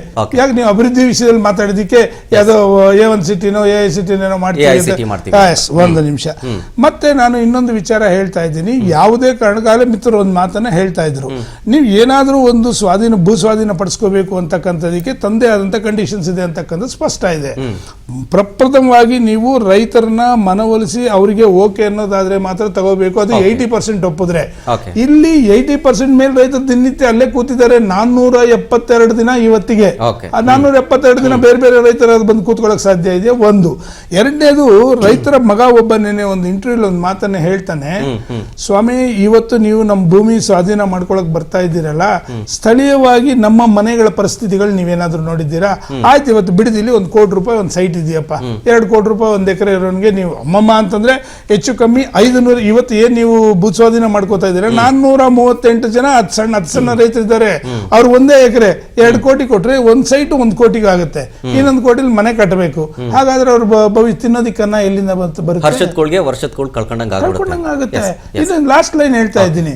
ಆಮೇಲೆ ಅವ್ರ ಮಕ್ಕಳು ಏನೋ ಇವತ್ತು ನಾವು ಕೊಟ್ಟಿವಿ ಸರ್ಕಾರಕ್ಕೆ ಮತ್ತೊಂದು ಮಗದೊಂದು. ಈಗ ಬೆಳೀತಾ ಇರ್ತಕ್ಕಂಥ ಮಕ್ಕಳಿದ್ದಾವೆ. ಮಕ್ಕಳ ಭವಿಷ್ಯ ಯಾರು ಕೇಳ್ತಾರೆ? ಹಾಗಾದ್ರೆ ಗೌರ್ಮೆಂಟ್ ಸರ್ಕಾರದ ನೀವು ಕೆಲಸಗಳು ಕೊಡ್ತಾ ಇದ್ದೀರಾ? ಯಾವುದೇ ಕಾರಣಕ್ಕೂ ಸರ್ಕಾರಕ್ಕೆ ಹೊರೆಯಾಗದೆ ನಾವು ಸ್ವಂತ ಶಕ್ತಿಯಿಂದ ನಾವು ಬೆಳೆದಿರ್ತಕ್ಕಂಥ ಬೆಳೆಗಳನ್ನ ಈ ರಾಜ್ಯದ ಜನತೆ ಕೊಟ್ಟು ನಾವು ಬದುಕೋದ್ರಲ್ಲಿ ಜನನೂ ಬದುಕಿಸ್ತಾ ಇದ್ದೀವಿ. ಇನ್ನು ಅತಿ ಇಂಪಾರ್ಟೆಂಟ್ ಅಂತಕ್ಕಂಥದ್ದು ಇಲ್ಲಿ ಇಂಪಾರ್ಟೆಂಟ್ ಇರೋದು, ಬೆಂಗಳೂರಿನ ಏನು ವೃಷಭಾವತಿ ಮತ್ತೆ ಸುವರ್ಣಮುಖಿ ನದಿಗಳಿಂದ ನೀರು ಹೋಗುತ್ತೆ ಬೈರಮಂಗಲದಲ್ಲಿ ಇರ್ತಕ್ಕಂಥ ಕೆರೆ. ಆ ಕೆರೆಯಲ್ಲಿ ಇವತ್ತು ಏನಾದ್ರೂ ನೀವು ಈ ಕಾರ್ಖಾನೆಗಳನ್ನ ಮತ್ತೊಂದು ಫ್ಯಾಕ್ಟರಿಗಳನ್ನ ಇದನ್ನ ITBTಗಳನ್ನ ತರೋದಾದ್ರೆ, ನೀವು ನೀರೇನಾದ್ರೂ ಕಲುಷಿತ ಆದ್ರೆ ಕುಡಿಯಕ್ಕೆ ನೀರಿಲ್ಲ ಆ ಭಾಗದಲ್ಲಿ. ಮತ್ತೆ ನಿಮಗೆ ಇಂಪಾರ್ಟೆಂಟ್ ಹೇಳ್ತಿದ್ದೀನಿ ಬ್ರದರ್, 1 ಲಕ್ಷ ತೆಂಗಿನ ಮರಗಳಿದೆ. ನೀವ್ ಏನಾದ್ರೂ ಕಟಾವ್ ಮಾಡಕ್ ಹೋದ್ರೆ ಪರಿಸರದ ವಿಷಯದಲ್ಲಿ ನೀವು ತೋರಿಸ್ತಾ ಇದ್ದೀರಲ್ಲ, ಸರಿ ಸುಮಾರು 4 ಲಕ್ಷ ಮಾವಿನ ಮರಗಳಿದೆ. ಅಡಿಕೆ ಮರ ಇದೆ, ಲಕ್ಷಾಂತರ ಅಡಿಕೆ ಮರ ಇದೆ. ಇದನ್ನೆಲ್ಲ ಕಡಿದ್ರೆ ಪ್ರಕೃತಿ ವಿಷಯದಲ್ಲಿ ನೀವೇನ್ ಕಾಳಜಿ ವಹಿಸಿದ್ರೆ? ಹಾಗಾದ್ರೆ ಪರಿಸರ ಮಾಲಿನ್ಯದ ಬಗ್ಗೆ ಏನು ಯೋಚನೆ ಮಾಡಿದ್ರಿ? ಆಮೇಲೆ ನಿಮ್ಮ ಸನ್ಮಾನ್ಯ ರಾಹುಲ್ ಗಾಂಧಿ ಅವರು, ನನಗೆ ಅವ್ರ ಬಗ್ಗೆ ಅಪಾರವಾದ ಗೌರವ ಇದೆ, ನಾನು ಅವನೇನು ಕೆಟ್ಟ ರೀತಿಯಲ್ಲಿ ಮಾತಾಡಲ್ಲ. ಅವರೇ ಈಗ ಬೇರೆ ವಿದೇಶಗಳಿಗೆ ಹೋಗ್ಬಿಟ್ಟು ನೀವು ಎಲ್ಲೆಲ್ಲಿ ಪ್ರಕೃತಿನ ಕಡಿತಾ ಇದ್ದೀರಾ, ವಾಯು ಮಾಲಿನ್ಯ ಮಾಡ್ತಾ ಇದ್ದೀರಾ ಅಂತಕ್ಕಂಥದ್ದು ಹೇಳುವಂತ ಸಂದರ್ಭದಲ್ಲಿ, ನಗರಕ್ಕೆ ಪಕ್ಕದಲ್ಲಿ ಇಷ್ಟು ದೊಡ್ಡ ಮಟ್ಟದಲ್ಲಿ ಲಾಸ್ ಆಗ್ತಿರೋಂಥ ಸಂದರ್ಭದಲ್ಲಿ ನೀವ್ ಯಾಕೆ ಮಾಡೋದು? ಕೊನೆಯ ಮಾತಿದೆ, ಅರೆ ಕರ್ನಾಟಕ ರಾಜ್ಯದಲ್ಲಿ ಸಾವಿರಾರು ಲಕ್ಷಾಂತರ ಎಕರೆ ಪಾಳು ಬಿದ್ದಿರ್ತಕ್ಕಂಥ ಭೂಮಿಗಳಿದೆ. ಯಾಕೆ ನೀವು ಆ ಭಾಗಗಳಿಗೆ ಹೋಯ್ತಿಲ್ಲ? ಕೇವಲ ಬಿಡದಿಲ್ಲ. ಯಾಕೆ? ಆ ಪ್ರಶ್ನೆ ಕೇಳ್ತೀನಿ. 1 ಸೆಕೆಂಡ್. ಮತ್ತೊಬ್ರು ಜನ ಆಗಿದ್ದಾರೆ, ರಾಧಾಕೃಷ್ಣ ಅಂತ ಹೇಳಿ ರೈತರು. ಸರ್ ನಮಸ್ತೆ, ಕಾರ್ಯಕ್ರಮಕ್ಕೆ ಸ್ವಾಗತ. ಸರ್ ನಮಸ್ಕಾರ. ಸರ್ ಮಾತಾಡ್ತೀರಿ 1 ಸೆಕೆಂಡ್. ಕಾಂಗ್ರೆಸ್ ವಕ್ತಾರನ ಮಾತನಾಡಿಸ್ಬಿಟ್ಟು ಆಮೇಲೆ ನಿಮ್ಮ ಹತ್ರ ಬರ್ತೀನಿ. ನಟರಾಜ್ ಗೌಡ್ರೆ ಏನ್ ಹೇಳ್ತೀರಿ? ಈಗ ಈ ಬೆಂಗಳೂರಿನ ಒತ್ತಡ ಕಡಿಮೆ ಆಗಬೇಕು ಅಂತೇಳಿ ಈ ನಮ್ಮ JDS ವಕ್ತಾರ ಹೇಳಿದ್ರು, ನಾಗೇಂದ್ರ ಪ್ರಸಾದ್ ಅವರು ಹೇಳಿದ್ರು, 2006ರಲ್ಲೇ 5 ಟೌನ್ಶಿಪ್ ಮಾಡಬೇಕು ಅಂತೇಳಿ ತೀರ್ಮಾನ ಆಗಿತ್ತು. ಅದರ ಕಾರಣಾಂತರಗಳಿರ್ಬೋದು, ಮಾಡೋಕ್ಕಾಗಿಲ್ಲ. ಬಟ್ ಈಗ ಬೆಂಗಳೂರಿನ ಪಾಪ್ಯುಲೇಷನ್ 1.5 ಕೋಟಿ ಆಗಿದ್ದು, ಬಿಡದಿ ಕೂಡ industrial corridor already industrial establish ಆಗಿರೋದ್ರಿಂದ, ಬಿಡದಿ ಬೆಂಗಳೂರಿಗೆ ಹತ್ರ ಇರೋದ್ರಿಂದ, ಬಿಡದಿಯ ಒಂದು ಜಾಗದಲ್ಲಿ 7,481 ಎಕರೆನಲ್ಲಿ ಗ್ರೇಟರ್ ಬೆಂಗಳೂರು ಇಂಟಿಗ್ರೇಟೆಡ್ ಟೌನ್ಶಿಪ್ ಇದನ್ನ ಮಾಡಿದ್ರೆ ಒಂದು ಅದ್ಭುತವಾದ ಪರಿಕಲ್ಪನೆ. ಇಡೀ ಪ್ರಪಂಚದ ಎಲ್ಲಾ AI ಟೆಕ್ನಾಲಜಿಯ ಅಲ್ಲಿ AI ಪಾರ್ಕ್ ಮಾಡಬಹುದು, ಸ್ಮಾರ್ಟ್ ಸ್ಟಾರ್ಟ್ಅಪ್ ಪಾರ್ಕ್ ಮಾಡಬಹುದು, IT ಪಾರ್ಕ್ ಮಾಡಬಹುದು, ಇಂಟಿಗ್ರೇಟೆಡ್ ಪಾರ್ಕ್ ಆಗಿರೋದ್ರಿಂದ ಅದು ಇಡೀ ಪ್ರಪಂಚದ ಎಲ್ಲಾ ಗಮನವನ್ನ ಬಿಡದಿಗೆ ಗಮನಕ್ಕೆ ತರುವಂತ ಒಂದು ಅದ್ಭುತವಾದ ಒಂದು ಯೋಜನೆ. ಅದು ಅದ್ಭುತವಾದ ಯೋಜನೆ ಇದ್ರೂ ಕೂಡ JDS ವೈಯಕ್ತಿಕ ರಾಜಕಾರಣ ಇದೆ. JDS ರೈತರ ಪರವಾಗಿಲ್ಲ ಅಂತ ನಾನು ಹೇಳಕ್ ಹೋಗೋದಿಲ್ಲ, ಆದರೆ ವೈಯಕ್ತಿಕ ರಾಜಕಾರಣ ಅಲ್ಲಿದೆ. ಅಲ್ಲಿ AI ಹಬ್ ಮಾಡೋದು ಓಕೆ ಸರ್, ಒಳ್ಳೆ ಐಡಿಯಾ, ಕರೆಕ್ಟ್, ಸರ್ಕಾರದಿಂದ ಒಳ್ಳೆ ಐಡಿಯಾ. ಆದ್ರೆ ರೈತರು ಏನಾಗಬೇಕು ಹಾಗಾದ್ರೆ? ಕರೆಕ್ಟ್ ಇದೆ ನೋಡಿ. ರೈತರಿಗೆ ಅತ್ಯಂತ ಹೆಚ್ಚು ಕರ್ನಾಟಕದಲ್ಲೇ ಯಾವ ಲ್ಯಾಂಡ್ ಅಕ್ವಿಷನ್ ಅಲ್ಲಿ ಕಳೆದ 10 ವರ್ಷಗಳಲ್ಲಿ ಅತ್ಯಂತ ಹೆಚ್ಚು ಯಾಕಂದ್ರೆ ಪರಿಹಾರ ಕೊಡಬೇಕು ಅಂತ ಹೇಳಿ 2,07,00,000 ಹಿಡಿದು 2,55,00,000 ಪ್ರತಿ ಎಕರೆಗೆ ಕೊಡಬೇಕು. ರೈತರು ಇಲ್ಲ ನಮ್ಗೆ ಜಮೀನೇ ಬೇಕು ಅನ್ನೋದಾದ್ರೆ ಡೆವಲಪ್ ಮಾಡಿರ್ತಕ್ಕಂತಹ 1 ಎಕರೆಗೆ 9,500 ಸ್ಕ್ವೇರ್ ಫೀಟ್ ಜಾಗವನ್ನ ರೆಸಿಡೆನ್ಷಿಯಲ್ ಆಗ್ಬೋದು, ಕಮರ್ಷಿಯಲ್ ಆಗ್ಬೋದು, ರೈತರಿಗೆ ಕೊಡಬೇಕು. ರೈತರು ಯಾರು ಜಮೀನನ್ನು ಕಳ್ಕೊಂತಾರೆ, ಅಲ್ಲ ರೆಸಿಡೆನ್ಷಿಯಲ್ ಜಾಗ ಇಟ್ಕೊಂಡು ಏನ್ ಮಾಡೋದು? ಇಲ್ಲ ಕೇಳಿ, ಅದು ಈಗ ಡೆವಲಪ್ಡ್ ಲ್ಯಾಂಡ್ ಅಂದ್ರೆ ಈಗ ನೀವು ಇಮ್ಯಾಜಿನ್ ಮಾಡಬಹುದು ಅಲ್ಲಿನ ಯಾವ ರೀತಿಯ ಪರಿಸ್ಥಿತಿ ಇರ್ತದೆ. 9,500 ಸ್ಕ್ವೇರ್ ಫೀಟ್ ಇದೆಯಲ್ಲ, ಚದರ ಅಡಿ ಇದೆಯಲ್ಲ, ಅತ್ಯಂತ ದೊಡ್ಡದ ಪ್ರಮಾಣ ಅದು. ಅದ್ರ ಬೆಲೆ ನೀವು ಇಮ್ಯಾಜಿನ್ ಮಾಡ್ಲಿಕ್ಕೆ ಸಾಧ್ಯ ಆಗೋದಿಲ್ಲ. ಗೊತ್ತಾಯ್ತು. ಒಂದು. ಎರಡನೇದು, ಯಾವ ರೈತರು ಜಮೀನನ್ನು ಕಳ್ಕೊಂತಾರೆ ಅವ್ರಿಗೆ ಒಂದು ಉದ್ಯೋಗ ಅವಕಾಶವನ್ನು ಕೂಡ ಕೊಡಬೇಕು ಅಂತ ಹೇಳಿ ಸರ್ಕಾರ ತೀರ್ಮಾನ ಮಾಡಿದೆ. ಆಮೇಲೆ ಬಹಳಷ್ಟು ರೈತರದು ಅಸಮ್ಮತಿ ಇರ್ಬೋದು, ಬಟ್ ಅತಿ ಹೆಚ್ಚಿನ ರೈತರು ಈ ಯೋಜನೆ ಪರವಾಗಿ ಬಂದಿದ್ದು ನಮಗೆ ಅಭಿವೃದ್ಧಿ ಆಗುತ್ತೆ, ಆರ್ಥಿಕ ಚಟುವಟಿಕೆಗಳಾಗುತ್ತೆ, ಇನ್ಫ್ರಾಸ್ಟ್ರಕ್ಚರ್ ಡೆವಲಪ್ಮೆಂಟ್ ಆಗುತ್ತೆ, ಮೂಲಭೂತ ಸೌಕರ್ಯಗಳು ಹೆಚ್ಚಿಗೆ ಆಗುತ್ತೆ, ನಮ್ಗೆ ಇದು ಬೇಕು ಅಂತ ಹೇಳ್ತಾ ಇದ್ದಾರೆ. ಬೇಡ ರೈತರು ಕೂಡ ಇದ್ದಾರೆ, ಅವರಿಗೆ ಮನವೊಲಿಕೆ ಮಾಡ್ಕೊಡ್ಬೇಕು, ಅವ್ರಿಗೆ ಗಮನಕ್ಕೆ ತಂದು ಅವ್ರ ಚರ್ಚೆ ಮಾಡಬೇಕು, ಸಂವಾದ ಮಾಡಬೇಕು. ಆಮೇಲೆ ನೀವು ಖಂಡಿತವಾಗಿ ಭೂಸ್ವಾಧೀನ ಕಾಯ್ದೆ ಯಾರೋ ಮೆನ್ಷನ್ ಮಾಡಿದ್ರು. ಯಾಕಂದ್ರೆ 2013ರಲ್ಲಿ ಡಾಕ್ಟರ್ ಮನಮೋಹನ್ ಸಿಂಗ್ ಅವರೇ ಭೂಸ್ವಾಧೀನ ಕಾಯ್ದೆಗೆ ತಿದ್ದುಪಡಿ ತಂದು ರೈತರ ಅನುಮತಿ ಇಲ್ಲದೆ ಭೂಸ್ವಾಧೀನ ಮಾಡ್ಕೊಳ್ಳೋಕ್ಕಾಗಲ್ಲ, 80% ರೈತರ ಅನುಮತಿ ಬೇಕು. ಮತ್ತೆ ಅವ್ರಿಗೆ ಬೆಲೆ ಇದೆಯಲ್ಲ, ಬೆಲೆನೂ ಕೂಡ ಅವ್ರಿಗೆ ಮಾರ್ಕೆಟ್ ವ್ಯಾಲ್ಯೂ ಏನಿದೆ ಅಲ್ಲಿ ಅಥವಾ SR ವ್ಯಾಲ್ಯೂ ಅಂತ ಏನಂತಾರೆ, ಅದಕ್ಕೆ 3 ಪಟ್ಟು ಕೊಡಬೇಕು ಅಂತ ಹೇಳಿ ಅದನ್ನ ಕಾನೂನು ಮಾಡಿದಂಥವ್ರೆ ಮಾನ್ಯ ಡಾಕ್ಟರ್ ಮನಮೋಹನ್ ಸಿಂಗ್ ಅವರು. ಸೊ ಅದನ್ನ ಪಾಲಿಸುವಂತ ಸರ್ಕಾರ ಕಾಂಗ್ರೆಸ್ ಸರ್ಕಾರ. ಬಟ್ ಇಲ್ಲಿ ಏನಾಗ್ತಾ ಇದೆ, ರಾಜಕೀಯ ಕಾರಣಕ್ಕಾಗಿ ಈಗ ಮಾನ್ಯ ಕುಮಾರಸ್ವಾಮಿ ಅವರೇ 2006ರಲ್ಲಿ ಮಾಡಿದ್ರು, 2007 ಮಾಡಿದ್ರು, ಯಾರ ಅಬ್ಜೆಕ್ಷನ್ ಇರ್ತಿರ್ಲಿಲ್ಲ. ಪ್ರೊಟೆಸ್ಟ್ ಬರ್ತವೆ, ಯಾಕಂದ್ರೆ ರಾಜಕೀಯಕ್ಕಾಗಿ ಪ್ರೊಟೆಸ್ಟ್ಗಳು ಬರ್ತವೆ. ಇಲ್ಲ ಏನಪ್ಪ ಇವ್ರಿಗೆ ಕ್ರೆಡಿಟ್ ಹೋಗ್ಬಿಡ್ತದೆ, ಇವ್ರಿಗೆ ಒಳ್ಳೆ ಹೆಸರು ಬಂದ್ಬಿಡ್ತದೆ ಅಂತ ಇದ್ದೇ ಇರ್ತದೆ, ರಾಜಕಾರಣ ಇರ್ತದೆ. ಆದರೆ ರೈತರನ್ನ ಒಟ್ಟಾಗಿ ತೆಗೆದುಕೊಂಡು ರೈತರಿಗೆ ಮನವರಿಕೆ ಮಾಡಿಕೊಟ್ಟು ಅದರಿಂದ ಆಗುವಂತ ಅನುಕೂಲವನ್ನ, ಆರ್ಥಿಕ ಚಟುವಟಿಕೆಯನ್ನ, ಅಭಿವೃದ್ಧಿಯನ್ನ ನಾವು ಗಮನಕ್ಕೆ ತಂದು ಅದನ್ನ ಮಾಡ್ಬೇಕಾಗಿ ಬರುತ್ತೆ. ಆ ಕೆಲಸವನ್ನ ಕಾಂಗ್ರೆಸ್ ಸರ್ಕಾರ ಮಾಡ್ತಾ ಇದೆ. ಇನ್ನೊಂದು ಇವತ್ತು JDS ಅಲ್ಲಿ ಸೋಲನ್ನ ಅನುಭವಿಸಿದ ಮೇಲುಮೆ, ಯಾವಾಗ ಮಾನ್ಯ ನಿಖಿಲ್ ಕುಮಾರಸ್ವಾಮಿ ಅವರು ಅಲ್ಲಿ ಸೋತ್ರು, ಅವ್ರು 3ನೇ ಬಾರಿ ಸೋತಾಗ, 2ನೇ ಬಾರಿ ಸೋತಾಗ ಅವ್ರಿಗೆ ಒಂದು ನೋವಿದೆ, ಅವ್ರಿಗೊಂದು ಯಾಕಂದ್ರೆ ಅಸಹನೆ ಇದೆ. ಇಲ್ಲ ಇಲ್ಲಿ ಮತ್ತೆ ಈ ತರ ಅಭಿವೃದ್ಧಿ ಆಗೋದ್ರೆ, ಈ ರಾಮನಗರ ಜಿಲ್ಲೆ ಅಥವಾ ಬೆಂಗಳೂರು ದಕ್ಷಿಣ ಜಿಲ್ಲೆ ಅಭಿವೃದ್ಧಿ ಆಗೋದ್ರೆ ನಮಗೆ ಅಸ್ತಿತ್ವ ಹೋಗ್ಬಿಡ್ತದೆ, JDS ಅಸ್ತಿತ್ವ ಹೋಗ್ಬಿಡ್ತದೆ. ಬಿಜೆಪಿ ಅಸ್ತಿತ್ವ ಇಲ್ಲ ಅಲ್ಲಿ, ಅದು JDS ಅಸ್ತಿತ್ವ ಇದೆ. ಆ ಅಸ್ತಿತ್ವ ಹೋಗ್ಬಿಡ್ತದಲ್ಲ, ಯಾಕಂದ್ರೆ ಈಗಲೂ ಕೂಡ ಗ್ರಾಮ ಮಟ್ಟದಲ್ಲಿ, ಬೂತ್ ಮಟ್ಟದಲ್ಲಿ, ಪಂಚಾಯಿತಿ ಮಟ್ಟದಲ್ಲಿ JDS ಮತ್ತು ಕಾಂಗ್ರೆಸ್ ಯಾವತ್ತೂ ಪೈಪೋಟಿ ಇರ್ತಕ್ಕಂಥ. ಸೊ ಹಾಗಾಗಿ ನಮ್ಮ ಅಸ್ತಿತ್ವ ಹೋಗ್ಬಿಟ್ರೆ ಈ ಅಭಿವೃದ್ಧಿ ಆಗೋದ್ರೆ ಅನ್ನೋ ಒಂದು ಭಯ ಅವ್ರಿಗೆ ಕಾಡ್ತಿರ್ತದೆ. ಆದಾಗ್ಯೂ ಕೂಡ ನಮ್ಮ ಏನು ಇದೆ, ನಾವೆಲ್ಲ ಅಧಿಕಾರಿಗಳಿಗೆ ಹೇಳ್ತಾ ಇದ್ದೀವಿ, ಕುಮಾರಸ್ವಾಮಿ ಕೆ ಸಚಿವರು ಸುಮ್ಮನೆ ಏನಲ್ಲ, ಅವ್ರಿಗೆ ಮನವರಿಕೆ ಮಾಡ್ಕೊಡ್ಬೇಕು. ಮನವರಿಕೆ ಮಾಡ್ಕೊಡಿ, ಏನ್ ಅಭಿವೃದ್ಧಿ ಆಗ್ತದೆ, ಯಾವ ರೀತಿ ರೈತರಿಗೆ ಅನುಕೂಲ ಆಗುತ್ತೆ ಮನವರಿಕೆ ಮಾಡ್ಕೊಡಿ. ಆಮೇಲೆ ಅಲ್ಲಿ ರೈತರು ಯಾರು ಪ್ರೊಟೆಸ್ಟ್ ಮಾಡ್ತಾ ಇದ್ದಾರೆ, ಕೆಲವು ಹಳ್ಳಿಯ ರೈತರು ಏನ್ ಪ್ರೊಟೆಸ್ಟ್ ಮಾಡ್ತಾರೆ, ಈಗ ಫಸ್ಟ್ ಫೇಸ್ ಅಲ್ಲಿ ಏನು 518 ಎಕರೆ ಏನೋ ನಾವು ಅಕ್ವೈರ್ ಮಾಡಕ್ಕೆ ಅಧಿಸೂಚನೆ ಆಗಿದೆ, ಆ ರೈತರಿಗೂ ಕೂಡ ಮನವರಿಕೆ ಮಾಡ್ಕೊಡಿ ಅಂತ ಹೇಳಿ ನಾವು ಅಧಿಕಾರಿಗಳಿಗೆ ಮತ್ತೆ ಅಲ್ಲಿನ ಜಿಲ್ಲಾ ನಮ್ಮ ಶಾಸಕರಿಗೆ, ಜಿಲ್ಲಾ ಉಸ್ತುವಾರಿ ಮಂತ್ರಿಗಳಿಗೆ ಆ ವಿಚಾರಕ್ಕೆ ಬರ್ತೀನಿ, ಮಾತಾಡ್ತೀನಿ. ಒಂದ್ ಸೆಕೆಂಡ್. ರಾಧಾಕೃಷ್ಣ ಅವ್ರನ್ನ ಮಾತಾಡ್ತೀನಿ. ರಾಧಾಕೃಷ್ಣ ಅವರೇ, ನೀವೇನ್ ಹೇಳ್ತೀರಿ? ಈಗ ಕಾಂಗ್ರೆಸ್ ವಕ್ತಾರರು ಹೇಳಿದ ಮಾತುಗಳನ್ನ ಕೇಳಿದ್ರಿ, ಡೆವಲಪ್ಮೆಂಟ್ ಆಗುತ್ತೆ, ಜೊತೆಗೆ ಅವರು ವಿಶ್ವಾಸ ಇಟ್ಕೊಳ್ತಾ ಇದ್ದಾರೆ, ಈಗ ಆಲ್ರೆಡಿ ಒಪ್ಕೊಳ್ತಾರೆ ಮುಂದಕ್ಕೆ, ಹಿಂದೆ ಆಗಿದ್ದಂತ ಒಂದಷ್ಟು ಹಿಸ್ಟ್ರಿಗಳ ಬಗ್ಗೆ ಮಾತಾಡಿದ್ರು. ನೀವೇನ್ ಹೇಳ್ತೀರಿ? ಹಲೋ, ಹೇಳಿ ರಾಧಾಕೃಷ್ಣ ಅವ್ರು ಹೇಳಿ, ಮಾತಾಡಿ. ಸರ್, ಈಗ ನೀವು ಆಹಾರ ಭದ್ರತೆ ಬಗ್ಗೆನೆ ಯಾರೂ ಕೂಡ ಧ್ವನಿ ಎತ್ತಿಲ್ಲ. ಯಾಕಂದ್ರೆ ಇಲ್ಲಿ ಪ್ರತಿ ಪಿಟ್ಗಳಿಗೆ 6 ಲಕ್ಷ ಲೀಟರ್ ಹಾಲು, ಅದ್ರ ಬಗ್ಗೆ ಮಾತಾಡ್ತಾ ಇದ್ವಿ ನಾವು, ಹೇಳಿದ್ರು ಆಗ್ಲೇನೆ. ಹೌದು, JDS ವಕ್ತಾರರು ಮತ್ತೆ ಬಿಜೆಪಿ ಕೇಳಿ, 6 ಲಕ್ಷ ಲೀಟರ್ ಹಾಲು, 36ರಿಂದ 40 ಲಕ್ಷ ರೂಪಾಯಿ, 40 ಕೋಟಿ ರೂಪಾಯಿ ರೇಷ್ಮೆ, ಮತ್ತೆ ತೆಂಗು. ಈಗ ನೀವ್ ಹೇಳ್ತಿದ್ದೀರಾ ತೆಂಗು ಸೆಂಚುರಿ ಹೊಡಿತು, ಮತ್ತೆ ಹಾಲಿನ ರೇಟ್ ಗಗನಕ್ಕೆ ಹೋಯ್ತು ಅಂತ ಹೇಳ್ತಾರಲ್ಲ ಸರ್. ಇಲ್ಲಿರುವಂತ ಫಲವತ್ತಾದ ಭೂಮಿನ ಅಕ್ವೈರ್ ಮಾಡ್ಕೊಂಡು ಇಲ್ಲಿರುವಂತ 5,500 ರೈತ ಕುಟುಂಬಗಳನ್ನ ಬೀದಿಗೆ ಹಾಕಿದ್ಮೇಲೆ ಇದನ್ನ ನೀವೆಲ್ಲ ಏನು ಹಾಲ್ನ ಡೆನ್ಮಾರ್ಕ್ ಇಂದ ತರಿಸ್ಕೋತೀರಾ, ತರಕಾರಿನ ಇಸ್ರೇಲ್ ಇಂದ ತರಿಸ್ಕೋತೀರಾ, ಇಲ್ಲಿಂದ ಇಂಪೋರ್ಟ್ಮೆಂಟ್ ಮಾಡ್ಕೋತೀರಾ ಸರ್? ಆಯ್ತು, ನೀವ್ ಹೇಳ್ತೀರ ಅಭಿವೃದ್ಧಿ ಆಗ್ಬೇಕು. ವಲಸೆ ಬರ್ತಾರದಲ್ಲಿ ಉತ್ತರ ಕರ್ನಾಟಕದವರು ಆ ಕಡೆ ಒಂದು ACT ಮಾಡಿ, ದೊಡ್ಡ ಫ್ಯಾಕ್ಟ್ರಿ ಮಾಡಿ, ಅವರು ಆಫರ್ ಕೊಡ್ತಾರಲ್ಲ ಸರ್, ನಮ್ಗೆ ಬಂದಿಲ್ಲ ಒಂದು ಫ್ಯಾಕ್ಟ್ರಿ ಕಟ್ಸ್ಕೊಡಿ, ನಮ್ಗೆ ಇದ್ ಮಾಡ್ಕೊಡಿ ಅಂತ. ಸರ್, ಇಲ್ಲಿ ನಾವು ಕುಮಾರಸ್ವಾಮಿ ಪರವಾಗೂ ಮಾತಾಡ್ತಾ ಇಲ್ಲ, DK ಶಿವಕುಮಾರ್ ಅವ್ರ ಪರವಾಗೂ ಮಾತಾಡ್ತಾ ಇಲ್ಲ. ಅವರ ವೈಯಕ್ತಿಕ ರಾಜಕಾರಣ ನಮಗ್ ಬೇಕಾಗಿಲ್ಲ. ಇಲ್ಲಿರುವಂತ ಕೃಷಿ ಕಾರ್ಮಿಕರು, ಕೃಷಿಯನ್ನು ನಂಬ್ಕೊಂಡು ರೈತ ಮಕ್ಕಳಿಗೆ ಏನ್ ಸರ್ ಆಧಾರ ಇಲ್ಲಿ ಒಂದು ಆಯ್ತು ಸರ್. ಈಗ ಟೌನ್ ಅಲ್ಲಿ ಇದೇ DK ಶಿವಕುಮಾರ್ ಅವರು ಹೇಳಿದ್ರು ಈಗ ಟೌನ್ ಅಲ್ಲಿ ಹಿಂಗ 80 ಎಕರೆ ಭೂಸ್ವಾಧೀನ ಕಬಳಿಕೆ ಮಾಡ್ಕೊಂಡು ಈಗ ಟೌನ್ ಅಂತ ಒಂದ್ ಎಕರೆಗೆ 12 ಕೋಟಿ ಪರಿಹಾರ ಇಸ್ಕೊಂಡಿಲ್ಲ.